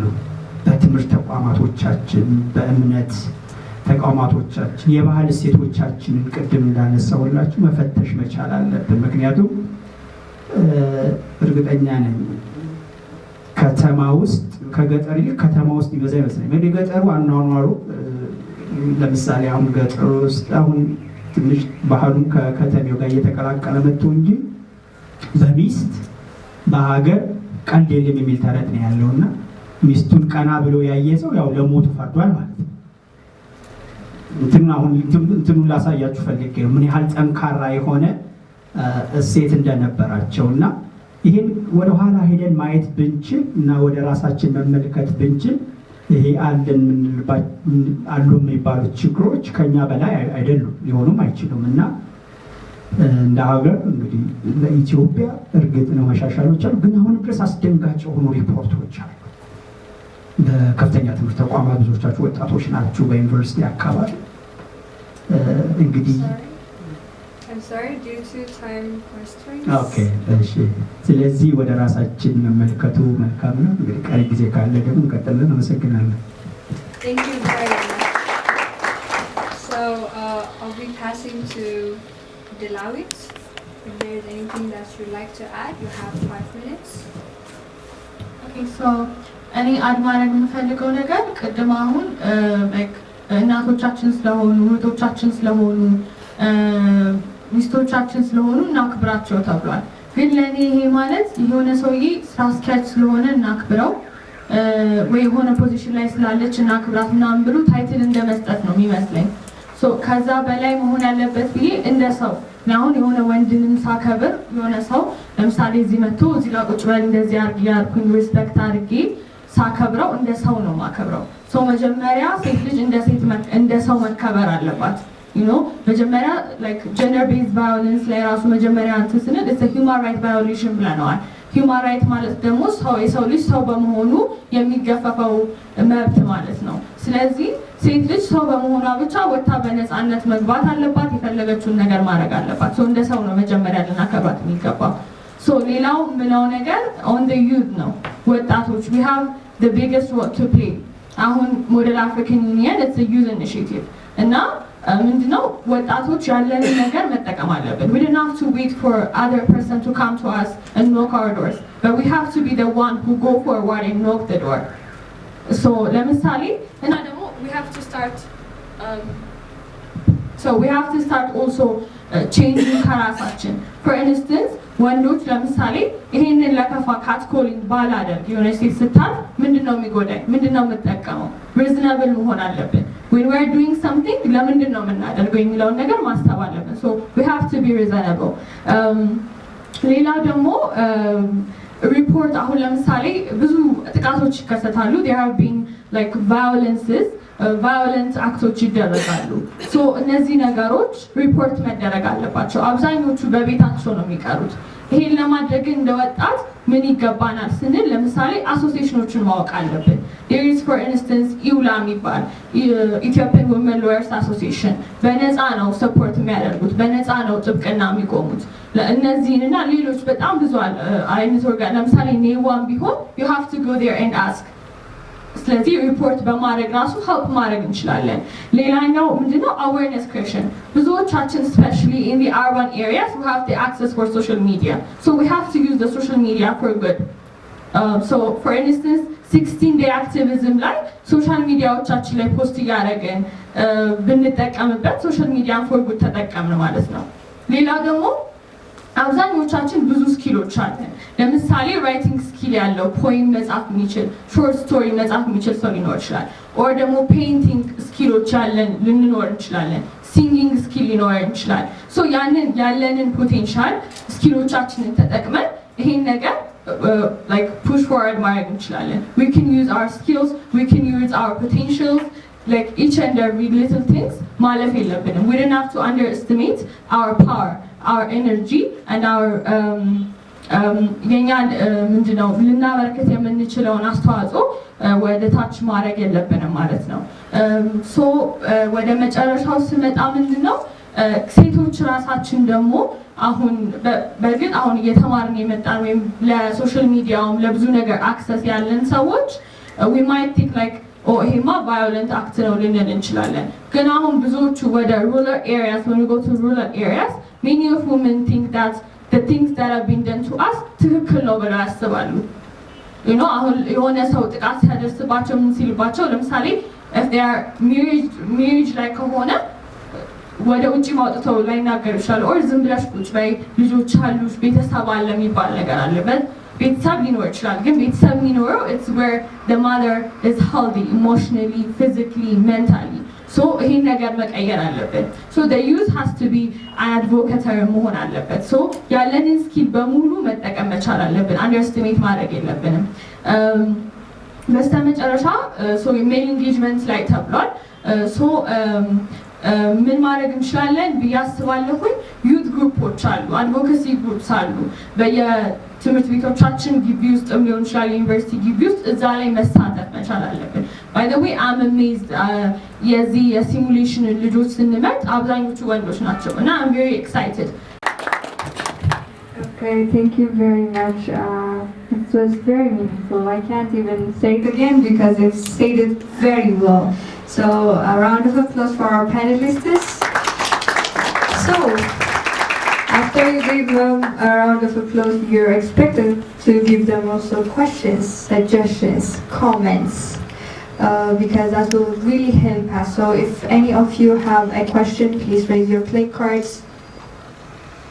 Okay, I see Tsemmar over there, delegate of Ghana, delegate of Cameroon, delegate of Chad, delegate of Comoros. Okay, so let me start from the one. Thanks. My name is Kiruvet, and my questions are basically centered out of curiosity. Earlier in the tea break, I was having discussions with Brother John about where Africa stands and how do we move on from what we are right now. Mr. Tarefa, excuse me, have said we need our discussions to be more Afrocentric,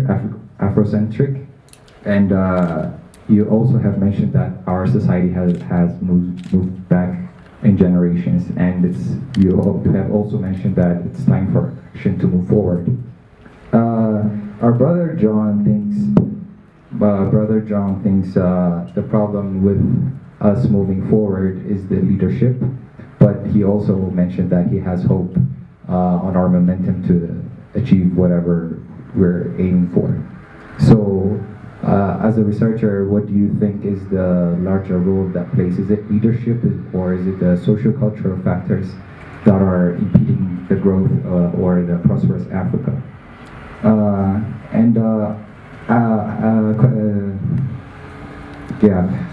You say our society have also been more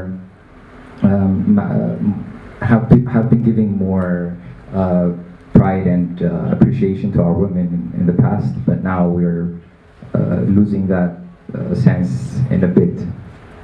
So how do you think we moved from such a society to a more male-dominant society where this society is even creating a gender-based violence? And the last question I would like to forward is for the female panelist. Maybe even the moderator can emphasize on it. So I'll just, for future knowledge, just to take care. Where do you draw the line with genuine male appreciation from catcalling? And do you know, like, have you gave it a consideration where society's values may have a different interpretations on your emphasis of like having been called catcalling? So maybe the female moderators or even you could answer. Thank you so much. Okay, thank you for giving me this chance. My question to raise on this issue is how do you think the previous legendary Ethiopian or African heroic women have been making a big impact on the country's leadership? And gender-based violence has been taking place back then and now. How do you think they have passed those times in back then, and how can we get experiences for the present times for fighting gender-based violence from their experience? How do you think have they passed GBV back then? Thank you. Okay. So I have a couple of comments and then I have questions. So the women being in leadership positions, it doesn't mean that the rights of women are being respected and protected everywhere. Women, our cabinet is 50% women, and we have women president, But did that prevent or did that protect the human rights for other young women? Did it prevent them from being a victim or a survivor of gender-based violence? It didn't. Women being in leadership is all about representation. Like you said, more than, not 50%, more than 50% of the population is women in this country. So we need representation in political positions, and we need decision makers at the table when things are being decided for us. So I just want to say that. And when we talk about equality, equality doesn't mean that women are not incompetent. We're talking about equality versus equity, and women have been systemically oppressed for a long time. I doubt, take it out to being head of state prevented gender-based violence or prevented child marriages. I'm sure child marriages existed during that time. I'm sure young girls were prevented from going to school at that time. I'm not sure. I can't say 100%, but I'm sure, because those kind of things have a very deep root beginning. It just didn't happen all of a sudden. So it's our culture. The problem is our culture. Our culture affords the men to be in the position of power and to systemically oppress women. And that has to be stopped, and that has to be, prevented from now on. Now that we know better, we have to do better. And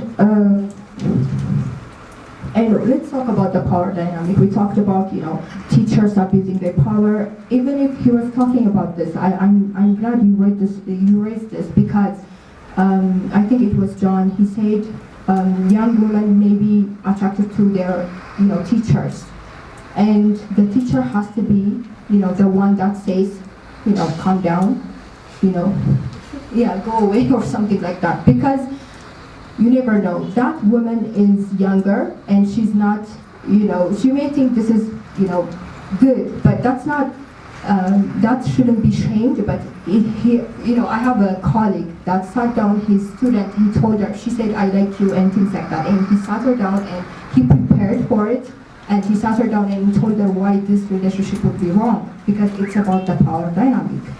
And this has to be, taught everywhere for women and men. And men who are engaging in gender-based violence, they have trauma. They have this cultural thing that's going on, because men are under a lot of pressure to be the breadwinner, to be, strong and all this. It doesn't mean that men are, mirror or walls. They have feelings, and they should be, protected as well. And that should be done in schools. When I'm an educator, so I think we should start at a young age, because a young boy who is seeing his father abuse his mother, he's not going to be, treating women like queens, because that's abusing women is all he knows, and he thinks that's the right way to treat women. And there are places in Ethiopia, you go there and women have a certain position and men have a certain position. And women are, their positions in the kitchen, and they are not allowed to speak up for themselves and things like that. And that's cultural, systemic oppression. And this has to be obliterated in schools, from high schools, from, such a young age. Just we need to teach our young boys that abuse and any other oppression against women is not acceptable. And we also need to protect our men. Have anyone asked men that are committing gender-based violence what's the reason? I'm sure researches have been done. So let's see what's going on. I think we should provide therapy for men that are engaging in gender-based violence, because that's also that can cure some of the trauma that leads them into this kind of behavior. I'm not trying to make excuses for men. I'm just saying we need to be part of the solution. That's one of the solution is just educate and then provide therapy. And also we need to protect women. We need to teach women, and we need to let them know the cold, hard truth that they're not going to be treated the same as men. So they need to take care at certain places, how they carry themselves. That's just the truth. Just because we are saying equality and we are this, it doesn't mean that it's automatically given to us. We need to be teaching our young women how to conduct themselves when they are in universities, in colleges, in anywhere. Sorry. Yeah. So that's it. Thank you very much. Is for John. In the first place, there are so much challenges related with gender-based violence. But the main solution would be building an institution which is well strengthened in Africa. So how can we build those institutions in order to settle the problems in relation with the issue? Then with Mr. John, some cultures have their own peculiar aspect, importance. It's the reality on the ground. They are too important because we are part of the society. Culture is part of us.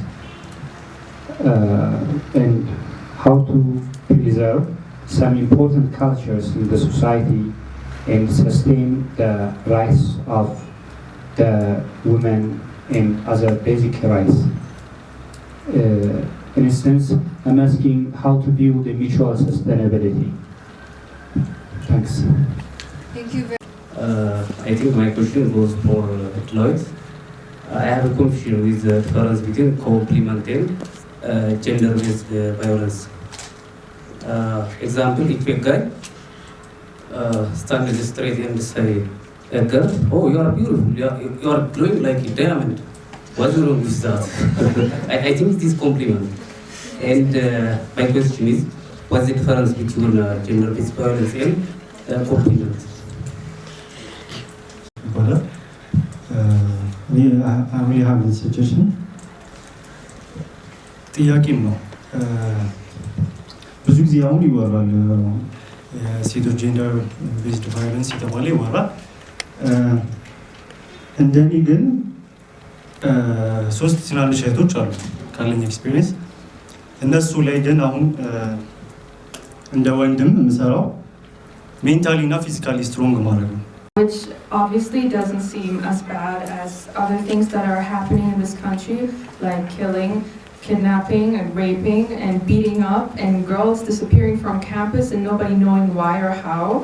But it's the knowledge that this stuff happens that all of us carry inside of us, that when somebody tells us that we're beautiful, makes us feel like we aren't safe, because it's usually the pretty girls that disappear. It's the girls that got compliments. It's the girls that were comfortable in their skin because somebody assumed that that was them showing that they were open to flirt or whatever, and next thing you know, something horrible happens.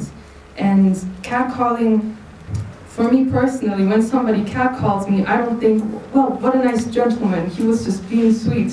I think he's going to murder me and rape me.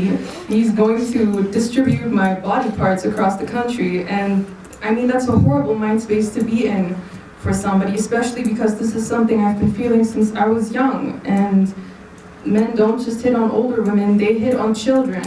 So catcalling is dangerous and it can affect women every day because it happens so often. Okay, that's it. Thank you. By the way, it is a very good question. The line, you asked where the line is. Where do we cross the line before it becomes catcalling? And another delegate asked, what is the difference and what wrong is it by telling someone, by complimenting someone how beautiful they are? And besides from being the delegate of Mozambique, sharing a personal experience, when I went to campus, my first year in campus, when I was walking around, I'm a Bahardar University student, and when I was walking in Bahardar, even outside the campus, they think they're catcalling, and they do something as so offensive that they hold you and they pull you back, or they hit you with a stick, and they be like, when those things happen, the thing that surprised me is when I reacted, or when I rolled, or when I just snatched my hand back to my own body, they're shocked to the very core. Like, they don't know what they're doing wrong. They did not understand what they're doing wrong. And by this, I was able to see that they're not only the contributors of gender-based violence or these negative comments, but they're also the victim, because they haven't been knowing what they've been doing wrong. And somewhere down the line, these people, their parents met by these such things, by such habits. And these habits have been recognized and have been approved. So this is not a one-side mistake, or this is not a one-side flaw. Those recognizing those comments, those recognizing this objectification have been also the contributors. And also, you can see them as a victim, because the burden of initiating a relationship, usually, especially in our country, the burden is on a man. They're the one that makes moves, and they're the ones that makes efforts. So this is considered as part of making a move. So what I learned is, it's not about blaming them, and it's not about doing this, because they don't know. But now, here, all of us are at least delegates, and all of us are educated people. So this concept doesn't apply to us. So coming to my delegates here, the line is, number one, the environment matters. When someone is out there, from your personal experience, when you're out there walking around, you don't go out of your house just to meet someone on the road. You go outside for your personal task and for your personal purpose. So it's not approachable in that environment. It's not, catcalling is not approachable because it doesn't suit the environment. Number two is, it's not a place where you actually recognize someone's consent in that concept. Is that person interested? Would that person will be able to respond? So those things should be considered, but even at times they're not considered. What I wanted to say at my first example is, they're not totally wrong, because we have to understand where they're coming from, and if we don't understand where they're coming from, and if we're just pointing fingers, it's just going to push men away. But men like you, men like delegates of the Model African Union, are able to understand that concept matters, and your environment and where you approach things matters. So I think that's the line. Thank you. Thank you, Honorable Chair, for the chance. So, I hope I'm clear. Mr. Johannes, I want you to write down some few remarks. South Sudan and Gambela region in Ethiopia, a tribe called Newa, has similar things in common. The same race, the same language, they share everything. So I want to emphasize in early marriage.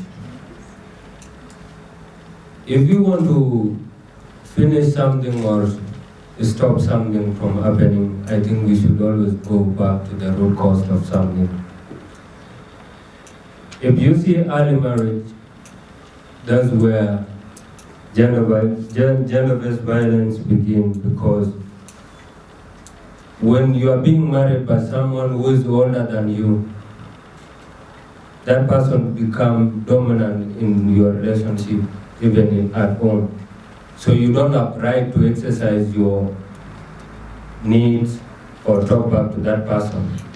Imagine being married by a 40-year-old man and you are 13 years old.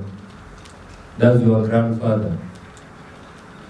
So in real sense, how can you talk back to that person? Like even saying your needs. So this is one of the root causes. The other thing is high price of dowry. I'm talking to Johannes, he knows this, it's happened to Newa people. So at some point you go to propose to a girl, you want to marry that girl, but the parent will tell you to pay more than 100 or 200 cows. So it means that you bought that person. That's buying, it's not even marriage. But psychologically, you feel psychological pain, whereby if you get into a relationship with that person, you marry that person, you are dominant, you control everything, and that person has no right to exercise their right. So, in order to stop gender-based violence, we should go to the root cause and try to stop them. That's where I would stop. Do you think that the global pandemic we are going through is affecting victims of gender violence? And is this issue is related with the gender-based violence?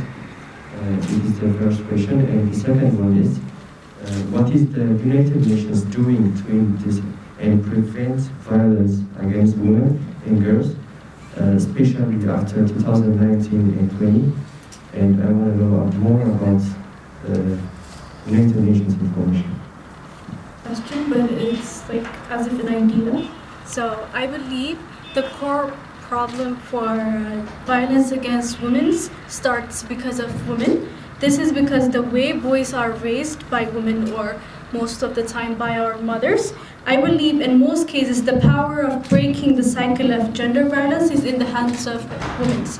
As John has mentioned before, he has said that his father, he fulfills his duties, but John spends most of his time with his mother. In this case, I think everyone, not everyone, but like most of us have lots of time to spend with our mothers. But the thing that I want to say is that mothers are the ones who can break the cycle of violence.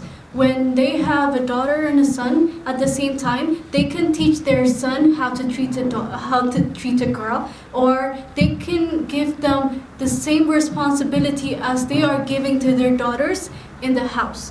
Engagement of men is very important, but I believe before talking about engagement of male or other things, first we have to work in creating awareness for the women. Sometimes we're like, women's right is supposed to be respected. የሴቶች መብት እንዲከበር እፈልጋለሁ፣ ግን ምን ያህል እኛ መብታችንን አስከብረናል የሚለው የመጀመሪያ ጥያቄ ነው። ሲቀጥል ደግሞ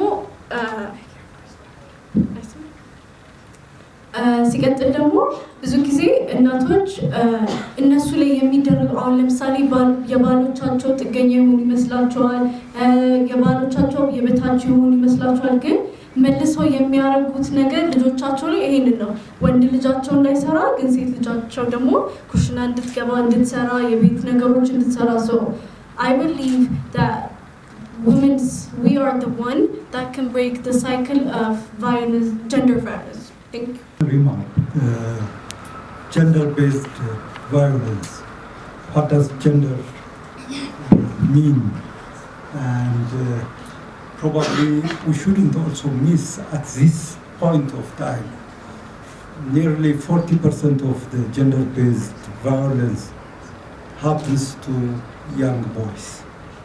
And it's not only women-based violence, but the violence against the boys has become also a taboo. So gender connotes both sexes. That's my remarks. Thank you very much. So include in your discussion if there are also experiences as well, and it should be also addressed. Thank you. It has been answered. We have small minutes, like we're in a shortage of time, so I'll give the floor to Delegate, and please, when you answer the question, also generalize your ideas. You have 2 minutes each. So thank you. እኔ ጋር አድሬስ የተደረገው question is catcalling እና compliment ምንድን ነው? ስጀመር like appreciation እንስጣት ነው ግን ያንን appreciation የምትሰጣት ተጠውላ የምትሄደው መንገድ ላይ ሴት ምን ለማድረግ ነው ኮንፊደንስ ኦፍ ቢውል ለማድረግ ወይስ የተወደደች ሴት መሆኗን ለመንገር ነው ወይ አንተ ያልካት ነገር ብቻ ኮንፊደንሷን ቢውል ታደርጋለህ ለምሳሌ ቢዩቲ መቼም ዝም ብላ መንገድ ላይ የምትሄደዋን ሴት ፐርሰናሊቲዋን አታውቅም ገባ ዝም ብላ መንገድ ላይ ሄደች ነው ለአንተ ታምራለች ኦር ዩ ቢዩቲፉል እና ስታምሪ ልትላት ትችላለህ ገባ አለፍ ስትል ደግሞ አንቺ አስቀያሚ ሚላስ ሲገጥማት ኦ ዊ አስጠላሉ ልትል ነው ሶ ላይክ ለምሳሌ ጓደኛ ሆና ኤቭሪ ታይም የምታገኛት ሴት ብትሆን ጓደኛ ሆና it's fine ቆንጆ ልብስ ለብሳ ስትመጣ ኦ you look good today ብትላት it's nice obviously you're my friend ሴት ጓደኛዬም ትሰጠኛለች but when you're walking around the street and someone say oh you're beautiful or you're ugly that doesn't give anything for me ምንም አያደርግም ምንም አይቀንስም ሲቀጥል ብዙዎቹ ወንዶች እኔ ብዬ ማምነው ውጪ ላይ ብዙ appreciation የሚሰጡ do they give appreciation for their sisters for their mother at home ለምሳሌ እህታቸው ቆንጆ ልብስ ለብሰሻልና even ቼክ ላይ አረጓት ብላ ይችላሉ so like ምን ለማድረግ ነው appreciation የምንሰጠው like to feel her loved ወይስ confidence ለመጨመር ምን ለማድረግ so ይሄንን ማሰብ አለብን ሌላው COVID-19 እና gender based violence ይገናኛሉ ብሎ መጨረሻ ላይ ያለው ልጅ መሰለኝ ጠይቋል of course በኮቪድ-19 ጊዜ አፍሪካን ዩኒየንም ያወጣው የራሱ ሪሰርች አለ ዩኤንም እንደዛው ኢቨን ኢትዮጵያ ውስጥ በጣም ብዙ የጀንደር ቤዝድ ቫዮለንስ መጨመር እንትን እያለ ነው እየጨመረ ነው ሶ ካለን ሰዓት አንፃር እንድትል መግባት አንችልም ግን during the simulation COVID-19 እና የዚህን ኢምፓክት አገናኝታችሁ ማውራት ትችላላችሁ አመሰግናለሁ ብዙ ጥያቄዎች ለኔ አልመጡም ግን let me add some minutes right for them to give their best. So maybe 5 minutes, would that work? Thank you. አንዳንድ ጥያቄዎች ላይ ፐርሰናሊ ወደ እኔ የማይመጡ ሜቢ ሼር ማድረገው ነገር ካለ በሚል መመለስ የምፈልጋቸው ነገሮች አሉ አንደኛ ፕሮቫይድ ቴራፒ ፎር ሜን ተብሎ የተነሳ ነገር አለ ኢትስ ኢምፖርታንት አይ ቲንክ ምክንያቱም ጤነኛ ወንድ አይደለም ይሄንን የሚያደርገው ሞስትሊ እኛ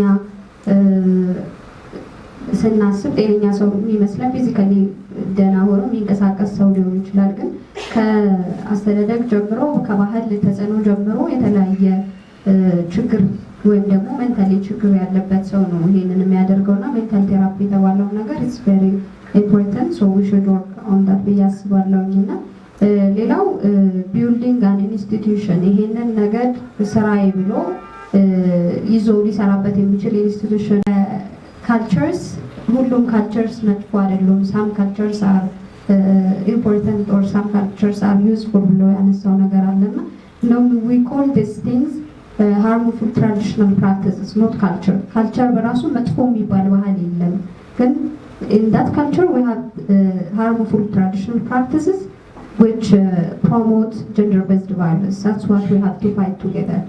እንጂ ካልቸር ወይም ባህልን በራሱ ባህልን አይደለም እኛ የምንቃወመው ወይም ባህልን አይደለም ማስወገድ አለብን ማጥፋት አለብን የምንላቸው እንዲሁም ባህሎቻችን ይሄንን ለመዋጋት የራሳቸው ቱሎች አሏቸው ዩዝፉል ቱልስ አሏቸው ኢምፖርታንት ቱልስ አሏቸው ስለዚህ ይሄኛው ደግሞ ከባህል ጋር ተያይዞ ደግሞ ተጠግቶ ያለው harmful traditional practice ማጥፋት አለብን እሱ ነው ችግር ብለን የምናነሳው እንጂ ባህሎችን ችግር ናቸው እያለን አይደለም ለማለት ነው ሌላ ወንድሜ ፉአድ አይ ቲንክ ካኖስትሮም ሜንታሊ እና ፊዚካሊ ስትሮንግ ማድረግ ላይ ሴቶችን ብንሰራ ሚል ሀሳብ አንስቷል እንደውም በዚሁ ኤክስፔሪየንስ ሼር ለማድረግ አውሰድ የሚባል ድርጅት አለ አይ ቲንክ አብዛኞቻችሁ ታውቁታላችሁ ኢትዮጵያ ውስጥ ብዙ ቦታዎች ላይ መጠለያዎች ያሉት ድርጅት ነውና አንድ ጊዜ አንድ ፕሮጀክት ነበረው አሉ አይ ዋዝ ኢን ዴር ግን ነበረው አሉ ምንድነው ፕሮጀክቱ ጥቃትን በካራቴ ነው የሚለው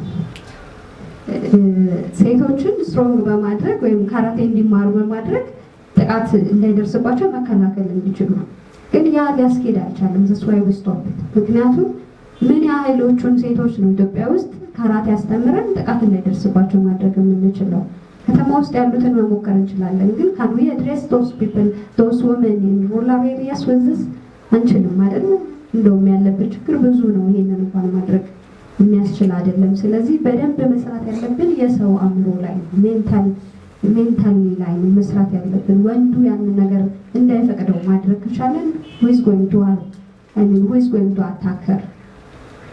ሶ ይሄንን በምንችለው አንተ እንዳልከው እህቶችን በዛ መጠበቅ ትችል ይሆናል።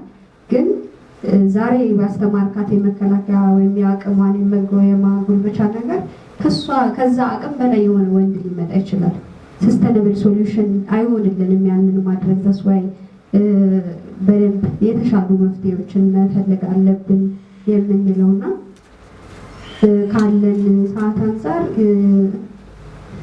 የመጨረሻ ሪፍሌክት ማድረግ የምፈልገው ነገር ሴቶች ናቸው ይሄንን GBVን እንደውም ከወንዶቹ በበለጠ ሴቶች ራሳቸው ሮል አላቸው እዚህ ላይ ተብሎ የተነሳ መጨረሻ ላይ የተነሳ ነገር አለና እውነት ነው፣ ሴቶች ሮል አላቸው። ምክንያቱም እናት ነች ልጇን ከወንድ ሴቷን ልጅና ወንዱ ልጅ እኩል ትሪት የማታደርገው እናት ነች።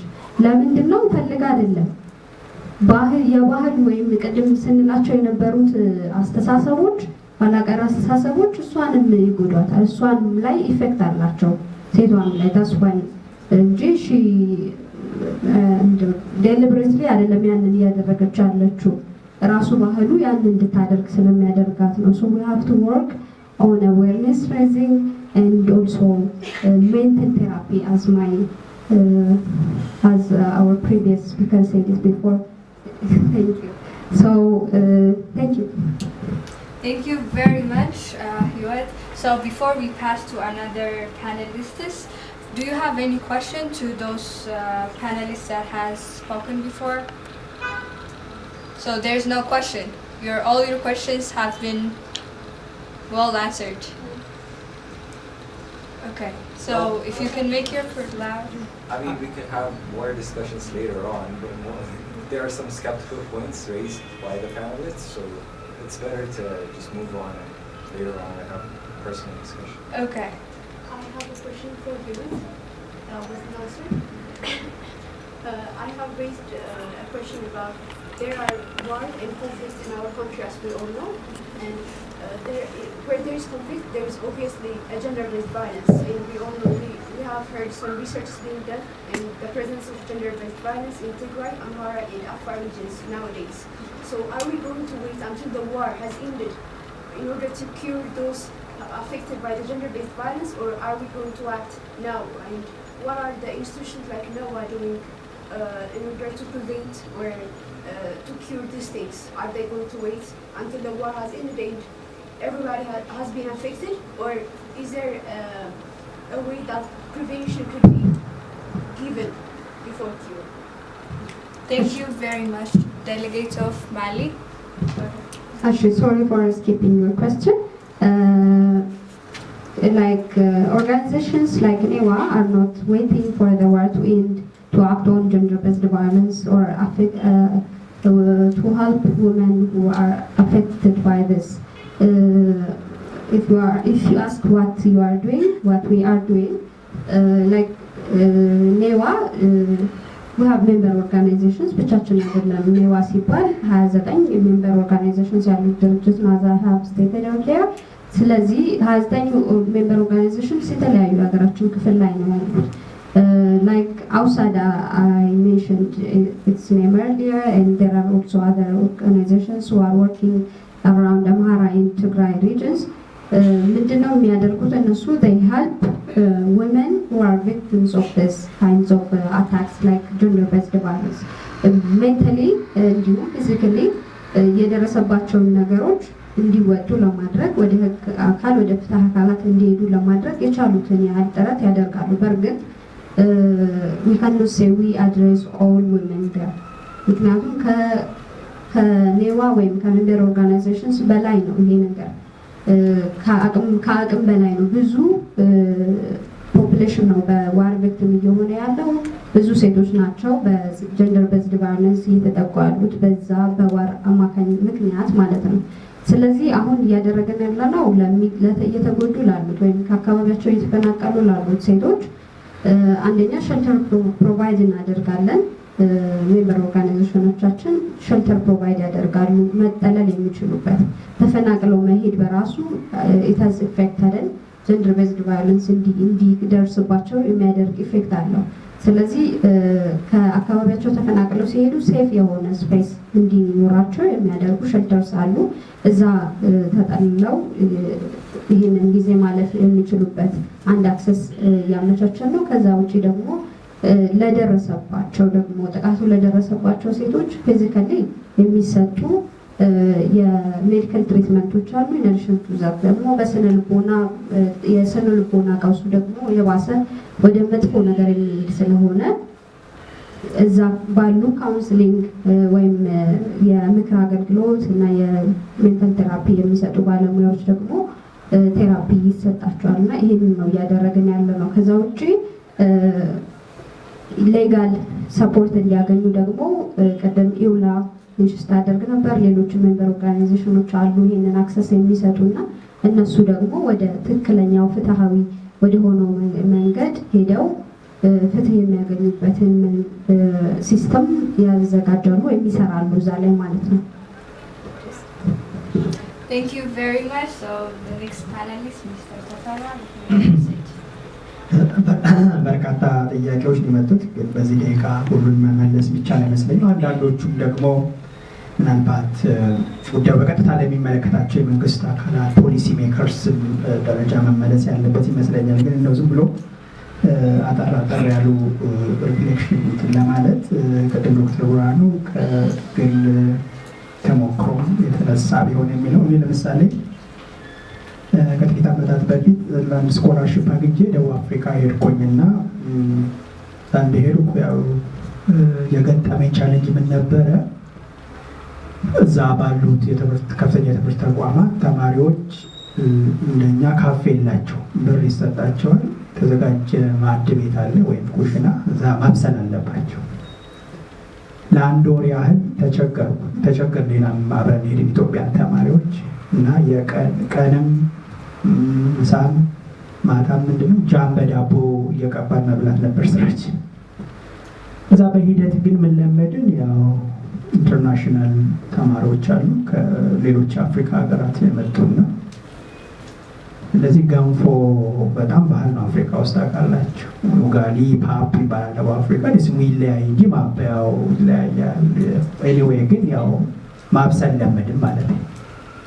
ማብሰል ለመድ ወዲህ ከመጣ በኋላ ጥሩ ባለሙያ ወጣኝ። እኔ ራሴ ቤቴን ራሴ ያጸዳለው፣ ልብሳችሁ ራሳችሁ እዛ የምታጡት ማሽን አለ ኢንፋክት መተኮስ ከፈለጋችሁ እና ምንድነው ጥሩ ያው እንደ ፐርሰናል ኤክስፒሪየንስ ልጠቅሰው የምችለው ነገር የጋናው ተወካይ ያነሳው ይሄ አፍሪካዊ መፍትሄ የሚለው ነገር ነው። ይሄ ብዙ የተባለበት ጉዳይ ነው። ከዚህ ከአፍሪካን አንቲ ኮሎኒያል እና ሊበሬሽን ሙቭመንት ጋር ተያይዞ ስማቸው የሚጠቀስ እንደነ ኔዋ አቸቤ፣ ወሌ ሾይንካ፣ ሌሎችም እንደነ ሉጉጊ ያሉ ምሁራንን ላይፍ ስትሪ ብናይ ይሄ አፍሪካ ፎር አፍሪካ የሚለው ነገር ብዙ ነገሮችን ይዳስሳል። አሁን የምናነሳውን ኢሹ ይዞ ሰፋ ያለ የአፍሪካን ፖለቲካዊ፣ ኢኮኖሚያዊ፣ ማህበራዊ ችግሮቻችን ሁሉ የሚዳስስ መፍትሄ ከአፍሪካ ለአፍሪካ መምጣት አለበት ብሎ አሁንም ድረስ አድሬስ የሚደረግ 2063 አጀንዳ ላይ በደንብ የተካተተ ጉዳይ ይመስለኛል እና ብዙ በልክ የሆኑ ሪሰርች ዶክመንቶች አሉ። እነሱን ማንበብ የተሻለ ይመስለኛል። ከዚህ ከትምህርት ጋር ተያይዞ ይኸው ነው ማለት ያው የትምህርት ስርዓታችንን እንዴት ነው የእኛን ማንነት ይገልጻል ወይ የሚለውን ነገር እሱንም በትኩረት ማየት ነው። ኢንፋክት እዚህ ጉዳይ ላይ በትምህርት ስርዓታችን ላይ ስርዓተ ጾታ በምን መልኩ ነው አድሬስ የተደረገው? ከዚህ ጋር ተያይዞ ቅድም ሳነሳቸው የነበር ለምሳሌ እዛ ጋር ያነሳችው ያው እቴጌ ጣይቱ ዘመን ትምህርት በዛም ጊዜ ራሱ አውሮፓም የተደላደለ ትምህርት ሊኖር ይችላል፣ ግን እንደ ኮንቴክስቹዋላይዝ ማድረግ አለብን። ሰዓቱ ምን ነበረ? እኔ ላይ ያነሳዋቸው እንደ አንድ ሞዴል ነው እንጂ everything was not a bed of roses at that time for obvious reasons እና ግን ምናነሳቸው ለምሳሌ ስለ ቃቂ ወርዶ ምናዎቻችን እናውቃለን። ጉራጌ ማህበረሰብ ውስጥ የነበረች ሴት ናት። ኤርሊ ማሬጅን የተቃወመች አፈንግጣ ወጥታ የታገለች ብዙ ሴቶችንም አብራ አስከትላ በቅርቡ አንድ የሁለተኛ ዲግሪ ተማሪ ያን ጥናት አድርጎ ወደ ምን አመጣው? ወደ ኪነ ጥበቡ አመጣውና ብሔራዊ ቲያትር ረጅም ጊዜ የቃቂ ወርዶ ቲያትር ናይቶ የሚያቀዚ ወይም በሚዲያም የሰማ ሰው ካለ ምናልባት በኢትዮጵያ በአፍሪካም የሴቶች ይሄ ኤርሊ ሜሬጅን በመቃወም ደረጃ እንደ አንድ ሞዴል ተደርጋ ትወሰድ ነበር። በተለያዩ የመገናኛ ብዙሃንም ይሄ ታሪክ ይነሳል። ስለዚህ ትናንት ከነበረን ጥሩ ነገሮች ሞዴል ወስደን እሱ ላይ ቢውልድ አፕ አድርገን መነሳት ጥሩ ይሆናል ከሚል አንግል ነው የተነሳው እንጂ መልካም ነገሮችንም ከሌሎች መውሰድ መቅዳት ምንም ክፋት የለውም። ግን እኛ ምን አለን የሚለውን ነገር መጠየቅ አለብንና ከሴቶች ጋር ተያይዞ የሚነሱ የመብት እንቅስቃሴዎችን ከዚህ ጋር የሚያያዙ ነገሮች ሁሉ ስናነሳ እኛ ጋር ምን ነበር የሚለውን አንስተን ያን እንደ ሞዴል መውሰድ አለብን ከሚለው ነውና በዛ መልኩ እንዲታይ ነው። ሌላው ቅድም ሙዚቃ ያቀረበችልን እህት ያነሳችው የእርግጥ ነው ማለት ለምሳሌ በሶሻል ሚዲያ ላይ 3-4 መከተላቸው የሴት ሚኒስትር ባለስልጣኖች አሉ። ለምሳሌ በምዕራብ ወለጋ አብዳክት የተደረጉ የዩኒቨርሲቲ ተማሪዎች አሉ አይደል? አጋጥሞኝ ያቁም ያን ጉዳይ ሲያነሱ እነዚህ ሚኒስትሪያል ካቢኔት ላይ ያሉ ሴት ባለስልጣኖቻችን እኔ እንደውም ስለዚህ እንቅስቃሴ አሁን ገብታችሁ ሚኒስትሪያል ፖዚሽን ላይ እና ዴታ ላይ ያሉ እህቶች ይህን ጉዳይ ገብታችሁ ብታዩት አላነሱትም። ስለዚህ የሴቶች ጉዳይ በራሳቸው በሴቶቹ በደንብ አድሬስ መደረግ አለበት። ፖዚሽን ላይ ያሉት ሴቶች ደግሞ ይህን ጉዳይ አድሬስ ማድረግ ካልቻሉ፣ ፖሊሲ ሜከርስ ላይ ተጽዕኖ መፍጠር ካልቻሉ ን ክስረት ይሆናል ማለት ነው። ስለዚህ ይሄን ካልኩ ይበቃል። አመሰግናለሁ። Answer most of the questions, but I'll just give an overview and answer the question that was a bit directed to me, and also I pick up some question that I feel like also answering. So if I didn't mention your name, maybe you can trace where my speech is going on, and I will start with the issue of leadership in Africa. The leadership in Africa that we are aspiring for is a blended kind of leadership, whereby we see the young person and the women and the current generation or the older generation all together making decisions. Because we see this generational gap, it makes difference. Because if women are not in leadership, and I insist, if women are not in the leadership, the decision that will be made while women are absent will be applied to them, right? But if they were part of the decision making, at least that decision will have some sort of sensitivity. And this is what we always say also to young people that need to be centered in all our leadership. So generational gap need to be narrow, and also inclusivity and blended type of leadership is what we want. Looking into the institutional aspect, yes, we do have institutions that exist already. For example, we have Minister of Gender, Minister of Social Affairs, we have those kind of institutions. It doesn't mean we want to get rid of them, right? To bring what? But we just want to see how we can strengthen those institutions to be a human-centered, whereby there is gender issues there is women issues, there is youth issues. Because if priorities are shifted and they got distracted, they will not do their work. So to strengthen our institution, we need to advocate for that, for our institution to be a human-centered. Looking into culture, yes, of course, some cultures might take time to change, because culture develops through a time, and it is something that we inherit. You are born and you get some certain culture, you are in. For example, our community has a polygamy, getting more than wife. It was something normal. For instance, my old father had 5 wives, it's a family that I found myself in. But as our generation come in, I can't say that now I will have a 5 wife. I can't even handle that, come on. So this is a variation of culture. For my father time, they have reason that obliged them to do so. They were pastoralists, they need more forces in the house to help them in work and so on. They have their own reasons. But in our generation, we look into what is really good for our current generation, and we see a way of amplifying it through discussion, for instance, having forum whereby we discuss about cultures, the harmful culture that is still exists in our society. Need discussion. It's not just a presidential decree or a prime minister deciding in his office and then that's done. No, it is beyond that. We need to even go to the level of the villages and talk to them on how we can eradicate this harmful culture. At first place, if I don't know it is harmful, I will not get rid of it. For example, maybe there is a culture that we have, maybe in some places still existing. You know, we have this traditional mark. Traditional mark is, it's like a glory if you have it by that. You are a man, you are initiated to moving from a child to being a man, right? So it is a tendency in the society. By then you can't say, no, I don't want to be given a mark, a traditional mark, because it is something that men are proud of. It is something that the community encourage you to have it. But if you look at our generation, we say, no, it is, we know, yes, it is a cultural thing, but we don't really see it as something that can make you a man, because you have other different roles than having a mark in your, or a scar in your forehead, you know. So this is how culture are a bit being forgotten and replaced by a workable one through education and so on. Looking into the aspect of being in a campus, yes, to some extent we agree maybe. Some flattering might be fine, as the delegate of Mozambique says. If someone say, okay, you are shining like diamond, it's fine, but it shouldn't cross the line. And this is where the essence of gender-based violence came in. If you cross the line, it's a violence.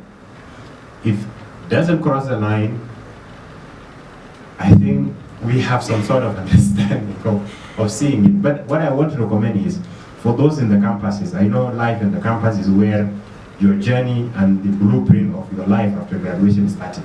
This is how you put your life together.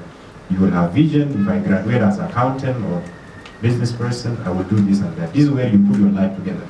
So there's opportunity for students who are entering the university to also come together and have a kind of alliance or a team or a group, whereby you discuss those things, the gender-based violence, even if it's committed by teachers or instructors.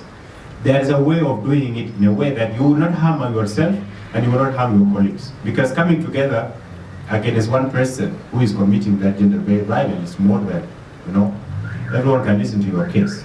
That is to say, when you have grouping that talk openly about gender-based violence, even whoever has the intention to do so will fear because they will be exposed. So speak out in a forum where you are in a group where you also get some social protection. Be open to headmasters or even to the chancellor of the university. Yes, we need this topic to be discussed, maybe every month. Let's bring experts, let's bring lawyers, let's have it as a discussion, just a forum where you guys come together and have a reflection. That will remind whoever is whoever is trying to do violence is something that will remind all the time. Looking into the early child marriage back home, for instance, as delegate from South Sudan put it very clearly that it is very dominant because of cultural aspect. And it is something that I always push for education. Yes, education might vary, but a curriculum that elevates the level of understanding of society. Because if the society are not exposed by education, they will feel like, yes, it is okay, it is fine, it is how we live. You know, you see your daughter is 16 years old, and even you are recommending a man to marry her, which is maybe at the level of her father, like, okay, you will marry my daughter, she's 16. It doesn't make sense because education is absent. So what we can do is an outreach whereby we get even the elders to understand the challenges where their daughters will go through. If she married in her early age, she doesn't know much about life. And now she's a wife, but she doesn't know how to keep herself, you know. And these are the things that need to be taught to our parents who push for early marriages, for them to understand that let the child has a choice. Let the child has a choice. And this will happen only when education penetrates up to the level of the village. Of course, the dowry is something that even in the urban context, is hunting us. You see a man in our age, he's still working, accumulating some money for him to be able to pay dowry. So it is something that can't be just done. And I will go back to my point that it need a forum, it need a consultation where you bring elders, you bring those young people together, and you come up with a form of how you see it. Even frankly speaking, I myself, I see this too much. 100 cows is like how much is? Something like 20,000 USD. 20,000 USD, you put it in berries, like 5 million or something to get a wife. You know, it's a punishment by itself, right? So it is something that we look into a broader perspective. We can raise it through our parliament to be discussed. We can raise it in a forum whereby we bring elders. And one important thing that I'm interested on, raised by the delegate of Mali, it's gender-based violence in conflict. And in South Sudan, we also undergo the same. And throughout Africa, not only in Ethiopia. It always happens sometimes gender-based violence used as a tool of war. And it happens in many places. We have many different cases. But that needs a continuous action whereby, if for instance, if there is a proper representation of a woman, let's just be so open. If the commander that is taking whatever battle it is a woman, she is the commander leading that war, of course, she will never accept her soldiers committing a crime in front of her. Those soldiers will be really forced not to do so. So that's why I'm saying a proportion, like leadership, representation of women matters. In security forces, in leadership, in education, in all aspects of life across the board. So we need to look at it in that way, not just putting them in political position only. We need also to these security forces. We need to see those who maybe work in social issues. Even in the military. And this is what we are struggling with in South Sudan now. We want to look into amalgamation of forces, where also we increase the number of women in the military, for us to bring this education of gender-based violence to at least to be reduced. Because when all the military are men, what do you think they will do? They will do whatever in their mind. But if there's a blending kind of leadership, even the decision that they are making, it will be a decision that considers gender issue in it. So these are the things that I just want to answer. Finally, I just want to give one example of the gender-based violence. My understanding is that it is for both sex, male and female, but it is more on the female side, up to 90% and 10% to the male side. And all of you might know the word sugar mommy, right? What does the word sugar mommy mean? It is a violence itself. You get maybe an independent woman, she's working, and she's getting one younger person, and they have whatever they want to do. It's a violence itself, an abuse for that. It is the exploitation. Because that young person might look to financial comfort, but in real sense it is exploitation. And that is existing into our society. And society see it very fine. No, it is not fine. It is not fine at all. And this is one example. Mostly sexual violence is very common with the male gender. So these are the things that we really want to eradicate in our society. Finally, thank you very much. So round of applause for our panelists again and again. So round of applause. So thank you very much for taking your time. It was a very important discussion that we made. So finally, I would like to say one of the few questions that was answered, that was forwarded. So let me give you an example. Let's say I'm going somewhere with my dad. Imagine, who would dare say you look beautiful when I'm really with my dad? Would you really do that? Would you really do that? would you say to a woman to a girl that's going with her dad, you look beautiful? Do you say that? Even, okay, you're going, let's forget us, and like, you're going with your dad, and you look this amazingly beautiful lady. Would you say like, you look beautiful? Would you say that? No, right? Okay, the other example. You're going with your sister, and this guy over there say like, you look beautiful. Would you just go and move on? You would beat him, he might even wish he was dead, or he didn't say that. So we keep asking these questions, but deep down, we know it's not right. Right? That's why we don't do it with our father. That's why we don't do it when, we don't like it when our sisters are being called like that. We deep down, we really know that that's not right. So we're talking on the street, but like if you come here and say like to Delawit or Hiwa, you look beautiful today, and that's like a compliment, right? Feels good. But like you're walking in the street and you don't even know that person, that's kind of awkward. Right, so no more explanation, but I hope it's well answered. So I just want to say this. I will be a prime minister after like 10 years, according to my plan. So what I wanted to say is, believe me or not, I am planning to change the law. If someone is raping a lady, it's not going to be punished based on her age. If someone rape a girl like between like to the age of 80, it's like 15 years, but like in reality it's 2 years. No, that won't happen in my time.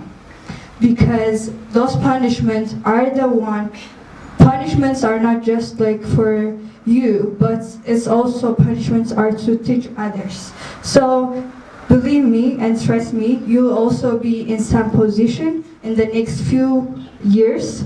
So imagine, do what you're doing now, but also design your own proposals that you will implement in your time to end gender-based violence. So thank you very much. We'll send our panelists to their seats, and now we'll be having a group picture before our honorable guests leave. So everyone get ready, fix your seats and everything.